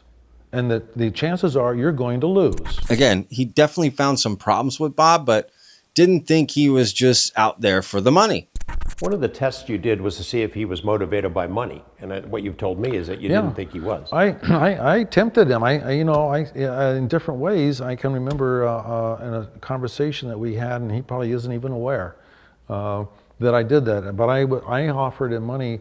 I forget the circumstances now, but it didn't tempt him at all. Now, there was some guy that popped up on Twitter who claims to be Bob's neighbor currently in Oregon that owns a ranch 4 ranches down from Bob, and he claims that he is all about the money. So I don't know. This is the tweet that he put out. Bob's full of shit. United Nuclear literally makes zero money. Bob, the UFO guy, has made millions over the years. I know. I live 4 ranches down. Bob looks at it all as a joke. How dumb people are to actually believe his story. He always minimizes and laughs to the bank. Well, that, first of all, just doesn't make a lot of sense. So United Nuclear makes no money, but he's making millions from what? From where? Right? I don't know. But this guy seems very bitter, to be honest with you. And again, he provides no proof or evidence for these claims. And I don't know. Found the guy to be kind of kooky, to be honest with you, but people are sharing that as like proof. See, Bob's, in it for the money. I mean, what? this doesn't prove anything, if you ask me. And again, personally, I don't care if Bob makes money off of this. I say more power to him. I just want to know if the UFO stuff is true or not. And if it's not, then it's a great story and I'm entertained by it. But, to each their own. You can decide. Fast forward to years later, I had moved out to Las Vegas and had, left Los Alamos and, went on to other things. And I wanted to get back into the scientific community. I left to start other businesses and that sort of thing. So I sent resumes out, and one of them went out to Ed Teller and referenced our meeting, back in the day. And anyway, he remembered me and gave me a reference, somebody to contact at EG&G. And that's pretty much how it started. So you get a phone call or a letter? Like, what do you get? Well, I got what did I get? I got a letter initially and went down for an interview probably a couple times. And it was down at EG&G Special Projects, which was at McCarran Airport at that time out in Las Vegas. And did they give you any sort of job description of what you were applying for? They said it was for I can't remember exactly what they did. This was a long time ago, but I think it was advanced propulsion or something like that. So this is an interesting part of Bob's story that, in my opinion, is also a little bit different, right? At least according to John Lear. And again, I guess you got to take what John Lear says with a grain of salt, but it's almost like when it's convenient and it backs up Bob's story, John Lear's telling the truth. He's a good guy. When it's not convenient and it doesn't back up Bob's story, he's crazy. Well, I don't think you can have it both ways, if you ask me, right? Because there are some discrepancies in the origin of Bob's story, in the sense, how did he get to Edward Teller to get a job? How did that all go down, right? And what exactly he did to get the job and what work he was going to do on this new job. So that probably sounded a little confusing. So let's get into it. While at Los Alamos Labs, I ran into Dr. Edward Teller. Edward Teller was essentially the father of the hydrogen bomb. It was he who came up with the original concept of the fusion device. I sent a resume out to him. He put in a good word for me, and I was granted an interview. He came over here after one or two of them. He would say, John, they said that you're just interested in being my friend to get information on the F-117. I said, no, that's true. And that's not true. I'm just interested in UFOs. So again, John Lear is there at the initiation of Bob getting this job with S4, right? And essentially he knew Edward Teller, right? While at Los Alamos, Edward Teller was speaking. He went to Edward Teller, said, hey, I'm on the front cover as a physicist, right? That's also evidence used in Bob's favor. And Edward Teller's like, oh, okay, cool. And they get contact info. And years later, okay, that was 1982. Years later, 6 years later, Bob reaches out to him, sends his resume, he says, and Edward Teller remembers him 6 years later and helps him get a job. Okay, let's go with this for a second. Lazar says he was referred to his government job by Dr. Edward Teller, the renowned scientist who helped develop the atomic bomb. But in a rare interview with Inside Report, Teller insisted he doesn't know Lazar, or at least doesn't remember him. So that's interesting. Now he doesn't remember him, but according to Bob, he remembered him 6 years later, right? From one conversation. This is an older guy. I'm just saying, logically, that just doesn't make any sense that Edward Teller would remember him, right? Meeting a guy after he did a speaking engagement, which he probably did a ton of speaking engagements. One guy? I mean, it just doesn't make any sense at all to me. And again, you hear John Lear say, like, Bob, they were asking Bob about me, right? Are you just coming in here to help John get more information about military vehicles? Because again, John Lear was there at the beginning of Bob. They were good friends, right? And allegedly, John Lear was there when Bob reached out to Edward Teller. And it wasn't by sending his resume, According to John Lear, Bob Lazar called Edward Teller on the phone. And to some people who do not know who Bob Lazar is, he was a self-styled nuclear physicist. He worked at the S4 test site, which is very close to Area 51 in Nevada, back in, I guess, 88 to 89. 88 and 89. I met him the summer of 88, and he came over here with Gene Huff, and Gene Huff was a real estate appraiser. And Gene had called me on the phone, and he said, you know, I've heard about all your stuff. I'd like to get some of your tapes. And at that time, you know, I had just been totally swamped with people that want something, and I wasn't too interested. And he said, I'm a real estate appraiser. And at that time, I was looking to get my house refinanced. I said, okay, I'll tell you what. If you come over and appraise my house, I'll give you all the stuff I had. So he came over, and the guy that was helping him hold the tape to measure the rooms was this guy, Bob Lazar. He was helping the appraiser? Yeah. And so we sit down and talk, and we're talking about UFOs, and Bob is rolling his eyes, and he says, look, I have to tell you guys, I worked at Los Alamos. I had the highest clearance you can get. And he said, if there was anything like this, I would have known. This is all pure BS. Well, over the next 4 months, and that would have been July, August, September, November, October, we gave Bob some information that he could check out with his friends at Los Alamos. Right. One was the existence of the YY-2 facility, which was really secret. Now, we were told that was where EVE-3 was kept. But whether he's kept there or not, the fact was that Bob found out that, yes, that place did exist. And a number of other things he found out, and he decided to re-enter the scientific community. And that's when he called Dr. Teller, and I was there when he called Dr. Teller. And he said, I'd like to re-enter the scientific community. And Teller says, do you want to work in Las Vegas, or do you want to work at Lawrence Livermore with me?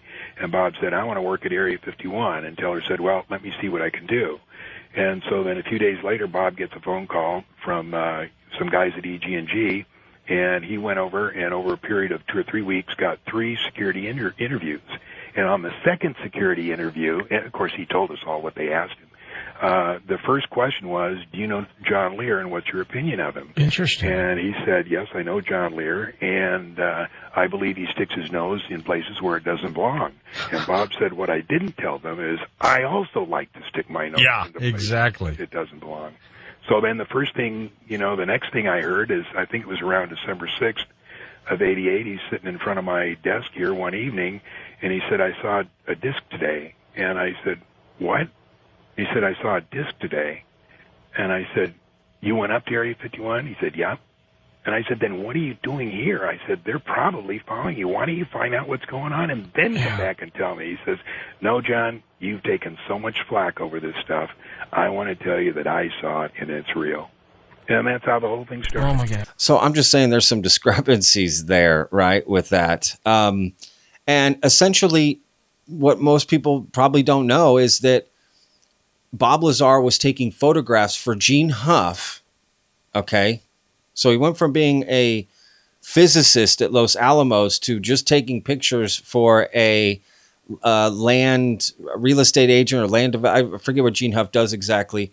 And they go over to John Lear's house because he wants his house appraised, and that's how Bob Lazar meets John Lear, right? What? Right? Because he's there with the tape measure. So it's very interesting how they met, and even more interesting how their relationship developed as Bob went to go work at S4, right? And then would come back and tell John Lear everything.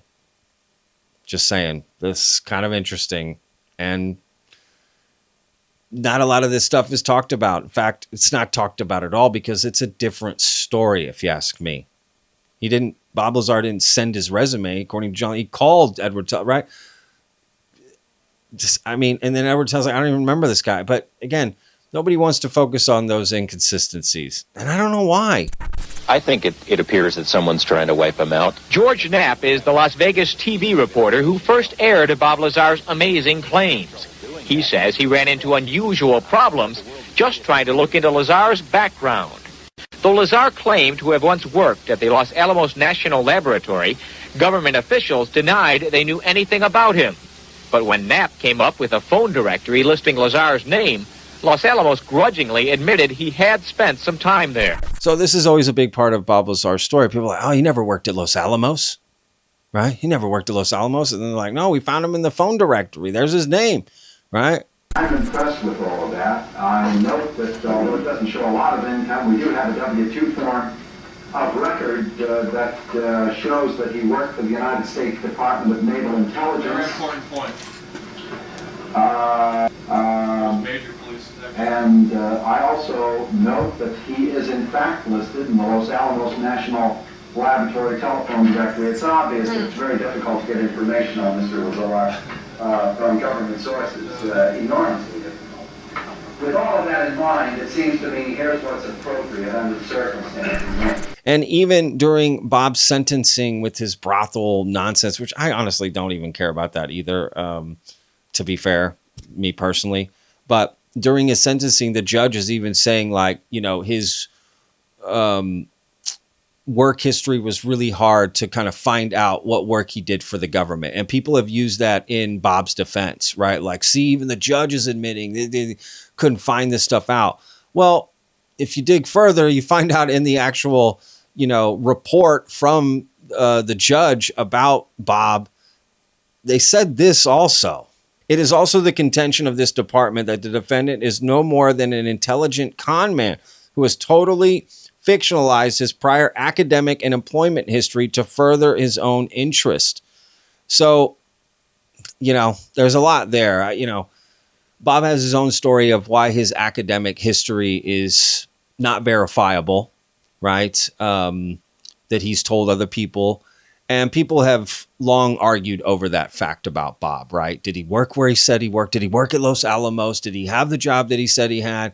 You know, why can't anybody find records of Caltech and MIT? And even during a early sort of Q&A that Bob did in Rachel, Nevada in the early 90s, he named a couple of his professors, right, at this sort of Q&A essentially with the public. And it turned out the people that he named were just his high school teachers.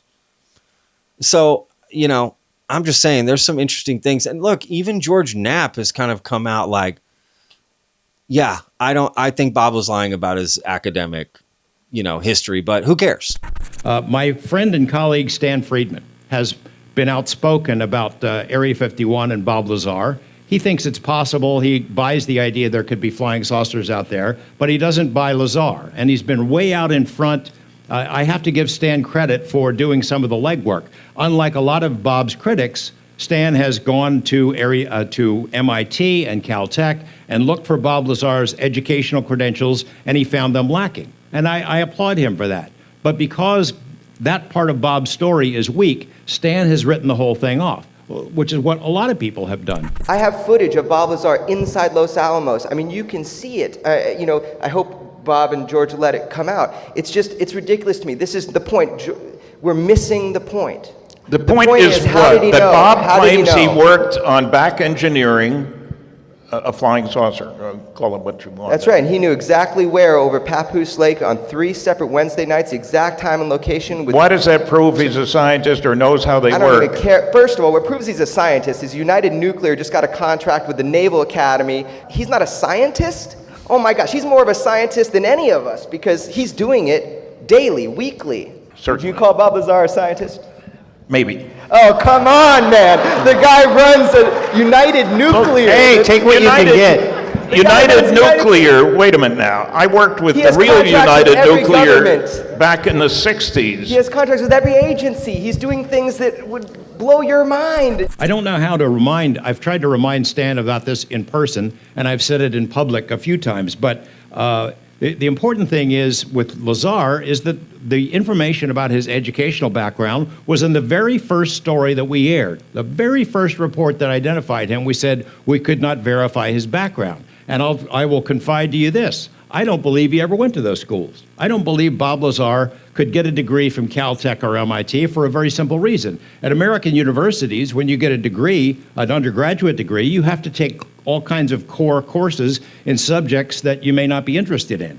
literature. I cannot possibly imagine, and Anna, you know Bob, I can't imagine Bob Lazar sitting through a class in American Lit or reading poetry or something like that. He'd never stand for it. There is no way in hell that he sat through that stuff to get a degree. So what do we do? What do we do with that? Do we throw out the story? Here's how I rationalize it, is Bob would not be the first person to lie about his educational credentials in order to get a good job. As his friend of a long time, I've given him the opportunity. Bob, look, come clean on this. Let me know about, if it's a lie, come clean on it. Get it behind you. And he's never given me that satisfaction of saying, yeah, it's a lie. He maintains the story. I don't know what the true story is, whether they could make his records disappear. I have found people who said he was at Caltech, who said that they remember him being on the campus, but that's not enough to make the point. As far as I'm concerned, it doesn't matter. I don't care whether Bob Lazar went to Caltech. The fact that he would lie about it is problematic, but I don't think it's a reason to toss out the entire story, because people do lie about their background in order to get a great job. So I don't know. You have to decide that for yourself if that matters to you or not. But look, there's even more to Bob's history, right? Which is this W-2 that he provided that is even mentioned in by the judge, right? And people pointed out that it said department instead of office of, right, naval intelligence. People are like, oh, he made it up. Right, he essentially made up this W-2, and if you look at the amount, it's like under $1,000. So what? Bob said he worked 6 months on this. You're saying he got paid less than $1,000 for 6 months? That doesn't seem likely, either. And he's saying the Navy paid him. What he also says in interviews, like they use private industry to help cover this up. So that doesn't make any sense either. And people are saying he forged this W-2. I don't know, right? People are saying because it's typed instead of printed, that's a red flag. So they don't type W-2s out. They print them out. And that is true. So, and it has numbers on it, right, that identify the employer and all that. You can't find any of it. And of course, conspiracy theorists will say, well, that's because it's hidden, Patrick. I don't know, right? So that's up to you to decide what you think there. You can find this W-2 and you can check it out yourself and see what you think. But I actually found something to be, on my own that I thought was quite interesting, right? Let's go back to Los Alamos, 1982. And you can see that Bob Lazar, is listed in the phone book. But what most people don't show is they only show the name. They don't show the rest of it like this right here. And you can see that who he's working for. It's got a KM. And the KM stands for Kirkmeyer, which is basically like a temp agency, if you will. They help put employees in, right? Low-level employees at Los Alamos to help fund some of those positions, right? Help you find people, right? Essentially, that's it. So that's what Bob, was working for them, not directly with Los Alamos. So when they're calling Los Alamos trying to find information, oh, he doesn't work here, that's because he was under Kirkmeyer, right? So. And what's interesting is Bob knew that too, because he actually wrote a letter to them. Here it is. And he wrote to Sherry Spencer, okay, at Los Alamos National Laboratory, all right? He wrote, Dear Miss Spencer, I was employed as a physicist at the Los Alamos National Lab Mason facility in 1982. My group conducted experiments and blah, blah, blah. He's saying he was employed in the weapons division. He said his work centered on high energy particle beams, yada, yada. Despite this employment, however, there seems to be no personal file with my name on it. Attempts have been made in recent months to verify my employment at the lab, but those attempts have thus far borne little fruit. Journalists who have attempted to find out if I ever worked at the lab have been told that no records of such employment could be found. And then he basically is saying this is a formal request for the release of all my personal file, right? I would like a copy of all the releasable information in my file, references to security clearance, my duties at the lab, my tenure of employment, etc. And then he's basically saying that he would, pay for it to get it released. And then they wrote back to him, and this is what they said. Okay, so this was written April 6, 1990, right? It says, your letter of March 14, 1990 to Sherry Spencer has been referred to our office for response. We were unsuccessful in locating any laboratory personnel or medical records pertaining to you. Our search through laboratory security records indicate you were issued a Z number of 094729 on May 18th, 1982 for Kirkmayer. For our convenience, you included with your letter a photocopy of page 21 from our 1982 laboratory alphabetical telephone directory. This directory also listed you as a Kirkmayer employee. We recommend you request further information from Kirkmayer, and they give the address and all that. We hope the above information is helpful to you. So essentially they're saying, yeah, you did work here, but this is how you worked here, right? Not the other way you're trying to say you worked here. So I don't know. I just found that interesting. I'll put links down below so you can check it out for yourself. I remember a particular evening in January. Bob came in, his eyes were bright. He said, John, you will never know what it's like to see your first alien. I said, you're kidding. It couldn't have been a midget. No. Couldn't have been a doll. No. That was it. He was absolutely positive. What I did see was what I believe to be autopsy photos. It's a creature, and its chest was cut open in a T fashion, the skin peeled back. There were also photos of one single large organ that was removed. That was also cut up and being weighed. Whether or not they're absolutely authentic, I can't say. I can only assume because I was working on a craft that I know to be of alien in nature, that the other material that came along with it was probably authentic also. All right, so this part of the story has always intrigued me, and something that I found quite peculiar, which was I could have sworn that Bob Lazar talked about seeing this alien through the window with the guys with the white lab coats on the Joe Rogan interview, the very first one, but I couldn't find it, and doesn't really talk about it anymore. But when you hear from John Lear, man, there is a lot to this, and I'm just wondering why it's not really brought up as part of Bob's story. We're talking about Bob Lazar. During December and January, December of 1988, January of 1989, when he was working up there, he sat right in that chair whenever he'd come back from the test site, and he'd tell me what he saw. And I'll never forget the January 1989. I was sitting at that desk writing out checks, and he comes in, and he's a little fidgety. And after the first night that he got back from the test site, we never discussed anything in this room because they seemed to know everything that was going on.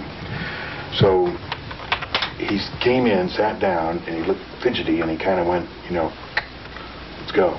So we went out in the back.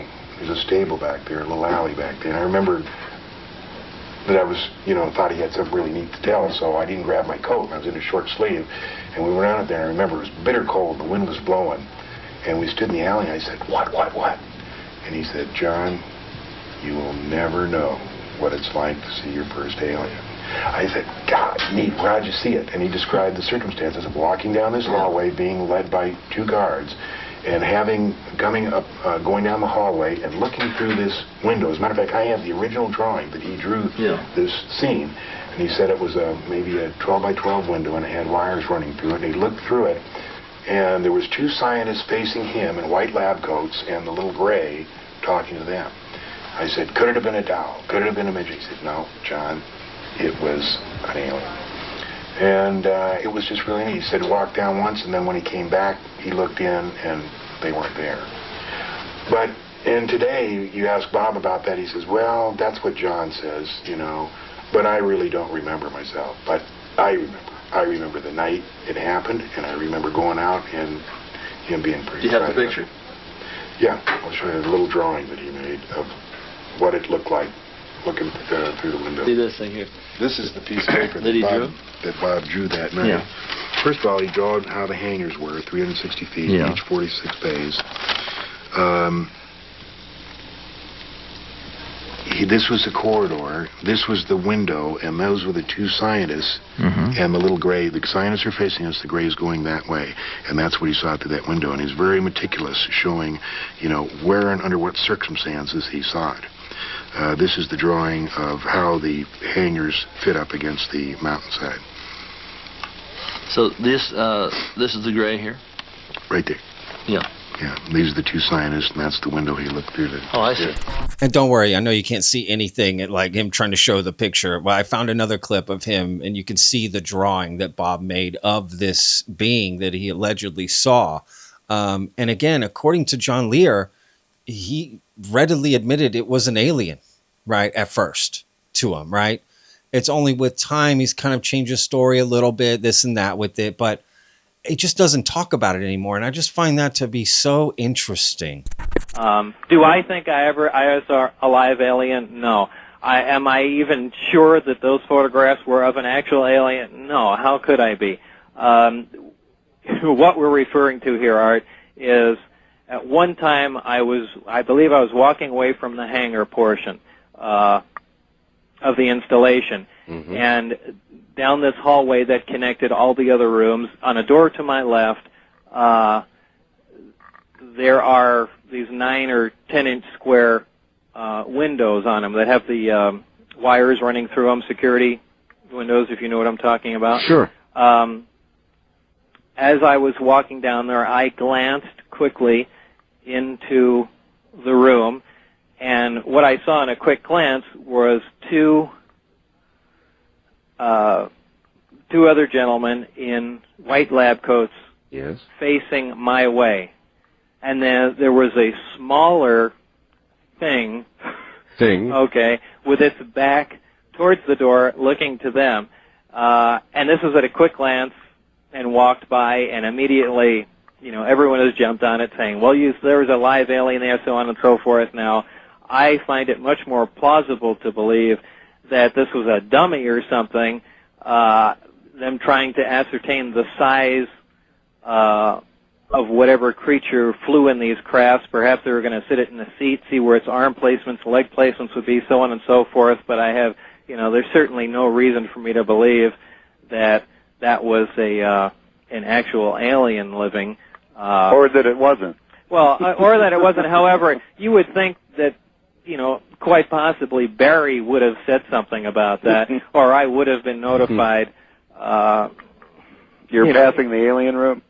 Well, or it's something along those lines. I don't think that would have been left out. And, quite frankly, if there were living aliens there, would we be doing a back engineering program like we were? Wouldn't we be receiving some instruction as to how these devices operated? So it's unless they weren't the aliens that knew that. Yeah. Anyway, no, I don't believe that was. I believe they had a little dummy there because they were sitting there looking at it like they were trying to size it up as to, is this thing the right size, or so on and so forth. So I think initially he said it and then changed it, kind of went back when he's telling Art Bell, right? But again, another part of Bob's story that I feel like he has changed, and now he just doesn't even talk about it. So when people say Bob's been telling the same story, you may not catch him in a lie, but he's omitted things he used to say that he just doesn't bring up anymore. And he's changed things that he used to say. And sometimes it's just little changes. Sometimes they're big changes. And I don't know. Again, if you ask me, overall, Bob has absolutely changed a lot of his story since he first came out. And this stuff about the alien that he allegedly saw has definitely changed. Now he's not even sure what he saw. It was a doll or something, right? He doesn't even know. Or the pictures that he was shown, right? I don't know. That's interesting. But again, according to John Lear, that is not how he reacted the very first time. The original is blue, and I'm sure it's here somewhere. But this is the original drawing he made me. Drawn by Bob Lazar, December 1988, January 1988, disc hangers at S4.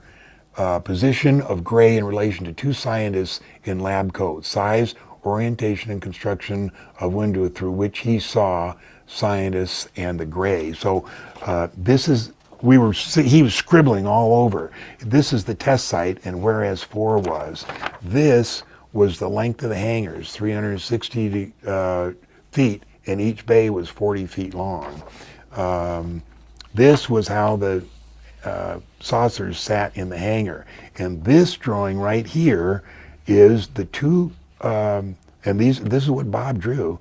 These are the two lab technicians, and that's the little alien facing the other way. And he drew the door, and he drew that wire going through the window. He said he looked through that and saw those guys right there. That's great. Did they ever have any exposure, like communication with them? Yeah, 3 times, at least 3 times. Really? What? Right? According to John Lear, Bob Lazar had 3 experiences with aliens communicating with them. Again, why doesn't Bob talk about this? This is kind of interesting. And again, you may say, well, John Lear's full of crap, Patrick. Well, he said other things just like Bob. So, I mean, the whole idea is that Bob would go to the secret test site, come over to John Lear's house, and then tell him all the stories of what happened, right? And what's going on, draw pictures, all this stuff. I tend to believe John. Now, when John talks about, I don't really ever see John lying in the sense that, you know, he lies about what someone told him, right? Or something that happened with him. I haven't caught any lies like that, right? Now, if he says there's people on the moon, there's atmosphere, you know, there's this, there's that, that's because someone told him that and he thinks that may be true. Just like Bob Lazar said in the Joe Rogan interview, he takes information that he's given from Joe Schmo and some, you know, respected officer and gives it the same weight. But he's not a liar, right? So I can't find any evidence that John Lear is lying. So why would he be lying about this with Bob, right? Doesn't make any sense. And why doesn't Bob talk about his experiences with aliens, especially communicating with them? I got to know more about this. Luckily, John talked about it. So anyway, the 3 times that he saw the alien was the first time was when they gave him the pine-smelling fluid. And what they did, it's really interesting, when Bob came in here the very first day, and he said, I saw a disc. I said, and he used to wear a ring, and I forget which finger it was on. I said, okay, now listen to me, Bob.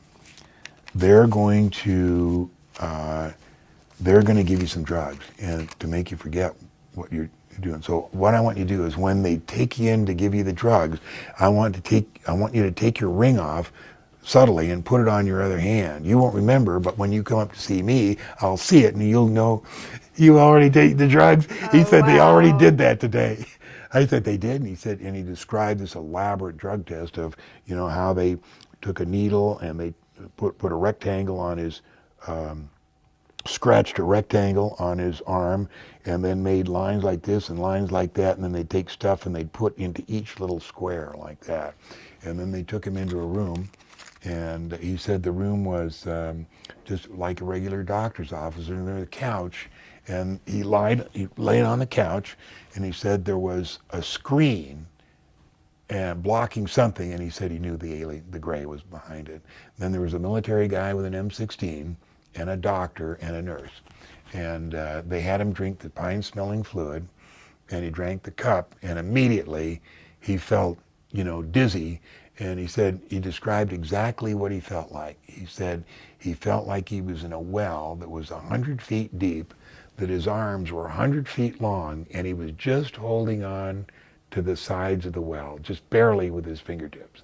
That's what he felt like. Huh. He said then they started to read the clearance with which he was, or the briefing of the clearance with which he was being given. So they'd say, you know, they'd read a sentence, you know, and say, and I understand that, you know, I am being briefed, and at the end, the soldier would take the M16 and poke it into his stomach like that. And he said it really hurt. And each different phase of the clearance, the soldier would take the M16 and poke it into his solar plexus. So, and so in the tapes that Lane Keck did, when we were trying to get the information out, you know, they told him a lot of really interesting stuff. And when we would get to, you know, well, what's going to happen in the future, you know, he'd say, I'm not supposed to talk about that. And then Lane would try to work around it with some subtlety, and Bob would grab it, says, no, I can't, it hurts. Oh, no. And wow. So that was the... So like a programming thing. Right. So did he ever do the ring trick? No, because he had already done it. You know, he said they already But he had to keep going to work, so... See, the reason he quit was because when we got caught, you know, he invited us up to see the flying saucer flights, May 21st or March 21st, 1989, and I have that tape right here, and I'll show you. It's only 9 minutes long. We took that Celestron 8, and we saw. He told us when it was going to fly, and me and Gene are right there, and I focused in on it, and I saw a flying saucer, and it was, tilted about 40 degrees, and it was gold, and it had the stuff radiating off, and I said, "Quick, Gene, quick, take a look." And as I stepped back, I hooked my foot around the thing. So that came up at the birthday party because everybody at the birthday party was supposed to tell a John Lear story. And that was Bob's story. And okay, well, also the story about getting stopped on the road and the guns in the car. That was when Nye County Sheriff stopped us, and that was the third time we got caught. But the point of that story was that when they took him in the next morning to Indian Springs, which is the center of all the security, and took him out of the car with a gun in his ear, they said, "Now, Bob, when we gave you this clearance, it meant you were not supposed to tell all your friends about the flying saucers. Now, do you want to work here or not?" And that's when Bob was non-committal, because the last 2 flights he had taken up to Groom Lake, he could remember walking up the steps and walking down, but he couldn't remember anything in between, and he said he didn't want to work on a program like that. Well, what about the tall whites? Because from what I understand, Charles Hall talks about the tall whites being out at Indian Wells, that area. You know anything about that? Mm-mm. Bob ever talk about the tall whites? Mm-mm. No. No, only the grays, and they only had the 3 times. The once was when the pine-smelling fluid, and the once was seeing them in the room. And then once, when George Knapp hired Tavernetti to come up and do the lie detector test, George rented a room at Caesar's Palace, and Bob and Gene Huff got there early, and they knew the room, and so they pulled the door open, and Gene pulled the door open, Bob looked inside, and he turned white and nearly fainted, and he walked over and he sat down in a chair, and Gene says, "What in the heck is the matter with you?" And Bob said, I just had a flashback. He said, "I remember talking with the gray." And what had happened is when they opened the door, the way that Tavernetti had set up there, it wasn't very much light. It was one single table with a chair on one side and a chair on the other side and some equipment there. It triggered this reaction of Bob when he was reading the briefings and the gray was across from him.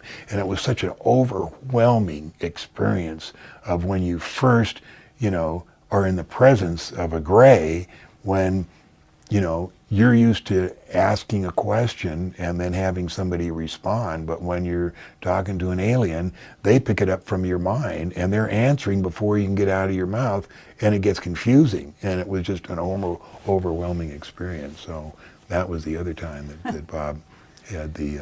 Now, do you think he'll go on camera with this stuff? I doubt it, but you never know what he's going to do. You never know what he's going to do. What the fuck, right? I mean, now I see why Bob doesn't talk about it, right? But again, he used to.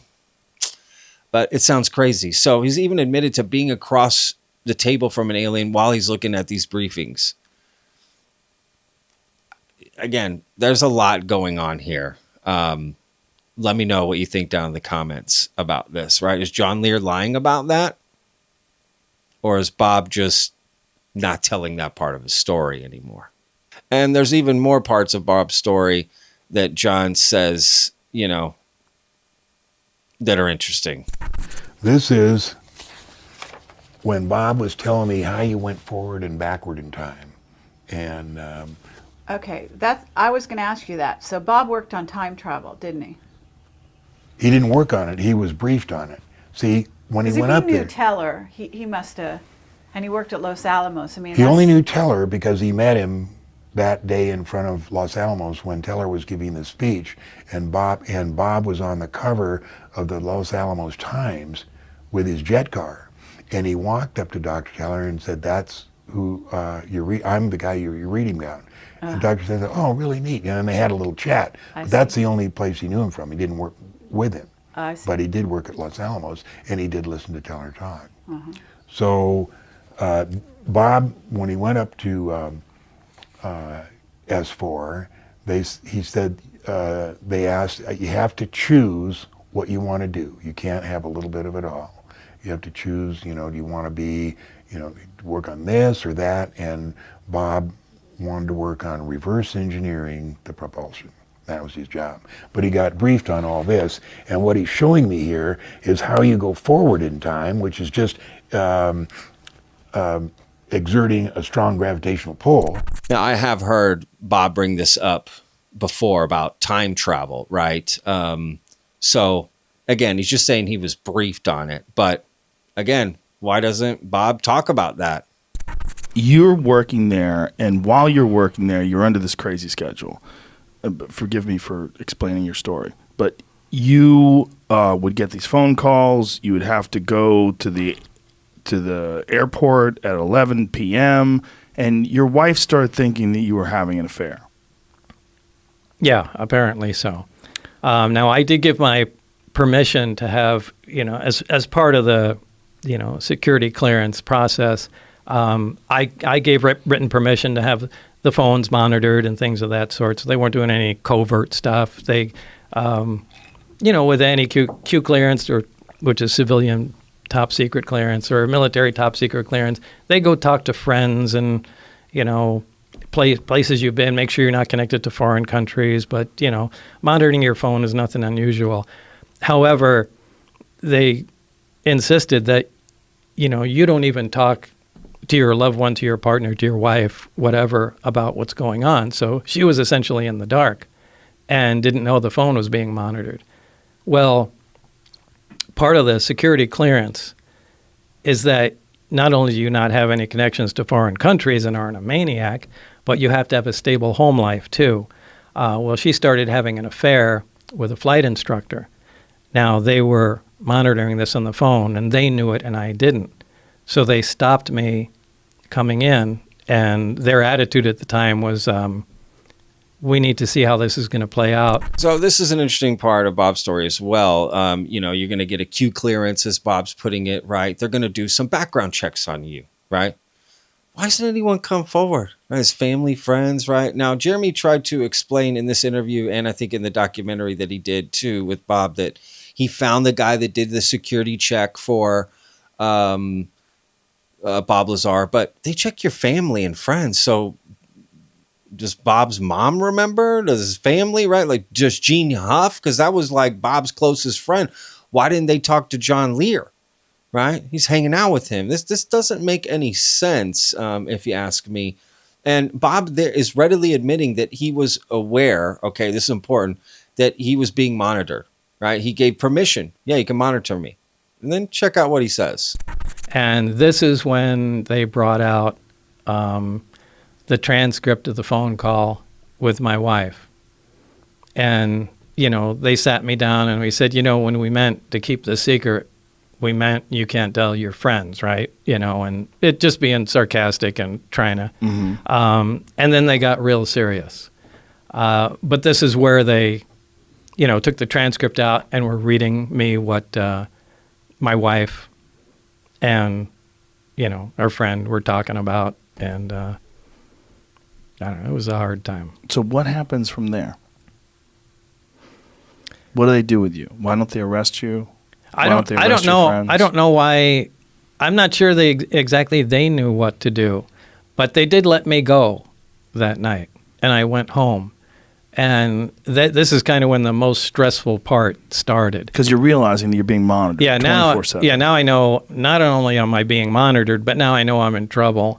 And it wasn't a short time after that I contacted, at that time, the only investigative reporter I had heard of in Las Vegas was George Knapp. So now he's acting surprised that now I know I'm being monitored, but you already gave them permission to do that. So what are you talking about, right? Like, again, these are small contradictions, to me, bigger ones, but again, Bob hasn't always told the same story. And I think even in the same interview, he doesn't even tell the same story. But it's one of those things where bias is a little included, and maybe I have my own bias, right? We all have a bias. I get it. I think if you lean more into Bob's story being true, you just gut tells you it's true, you're going to always give him the benefit of the doubt at every turn, you know?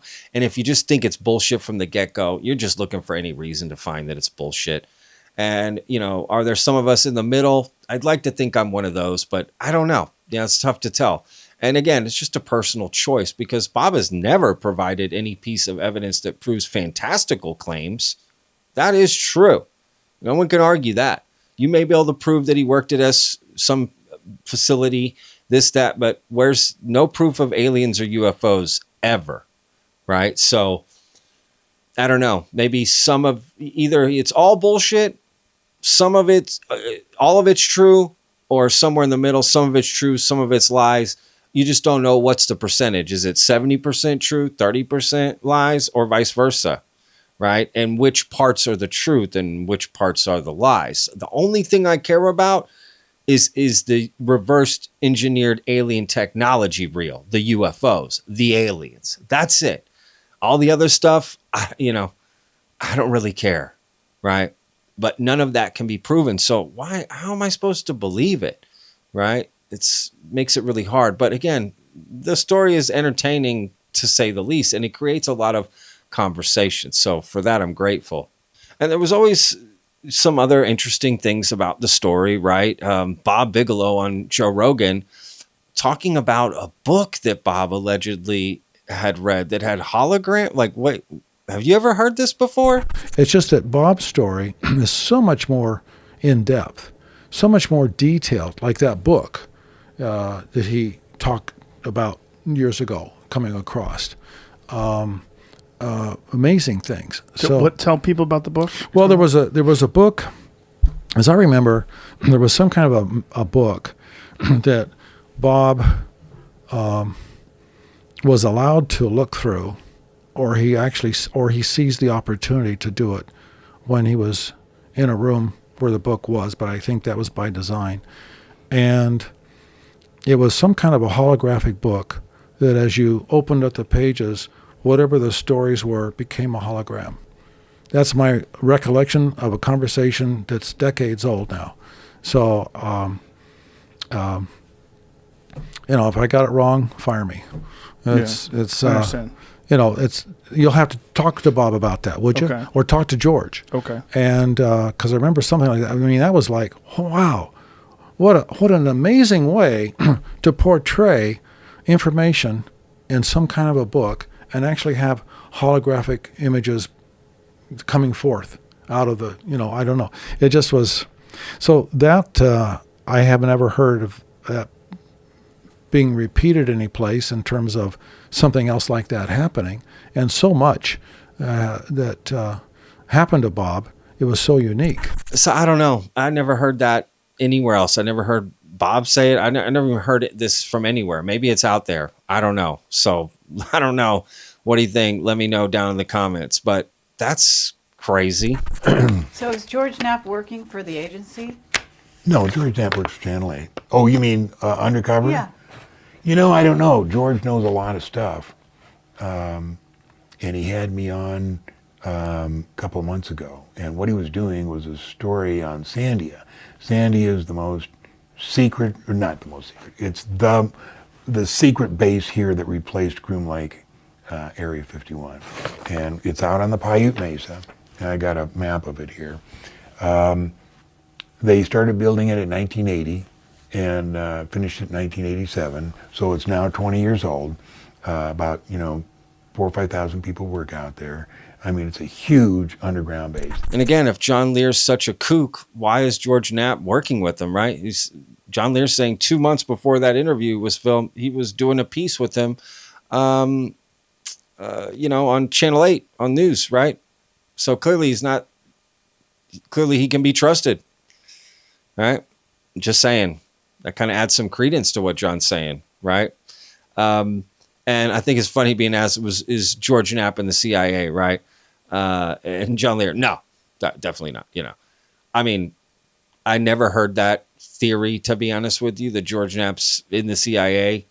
I find that hard to believe, if I'm being honest. You know, so, but it was more to just show George thought John Lear was respectable and credible enough to interview him still, right? 2 months before that interview. So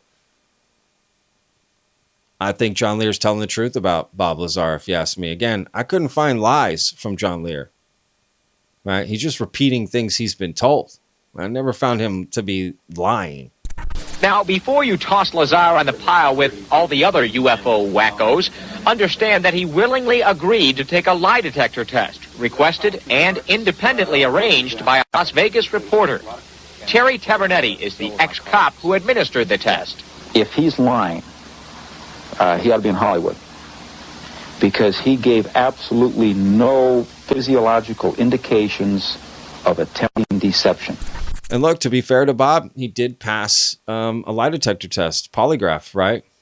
So maybe there's something there. Other people said it's inconclusive, this and that. The first set of questions, he failed in the last set of questions, this and that. And this guy never wanted to go on the record, but he did go on the record and say that he thought he'd be a great liar, if anything. But just be fair to Bob. So I don't know.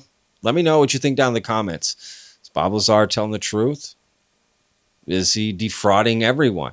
Doesn't matter, right? This is a complicated story. And again, I just want to say shout out to Luigi and the team. Great documentary. I super enjoyed it. I mean no disrespect. I'm just asking questions. I have zero problems with Bob. I would talk with him. I would hang out with him. I would hear his stories. Zero problems, right? Look, even Bob Lazar has said, don't believe me. He prefers it that way. So I'm just going to adhere to Bob's wishes and not believe him for now, right? Until it's proven otherwise, that the fantastical part of his story is true. So don't come after me, bro. I'm literally doing what Bob wants, which is he doesn't want you to believe him, right? Bob has said that in his own words. So take it for what you will. But if you do believe him, I respect you. I like you. I don't really care one way or the other. You got your opinion and I got mine. And it's a controversial story, but an entertaining one nonetheless. All right, betters. We'll see you on the next one. Source links down below. Every day's a gift, y'all. Peace. The second question is that if all I've just presented to you is true and the government is keeping this a secret, how can I make a video telling you about it? Well, the bottom line is, if there are any repercussions from making this video, it would simply confirm that what I told you is true. So what you do with this information is up to you.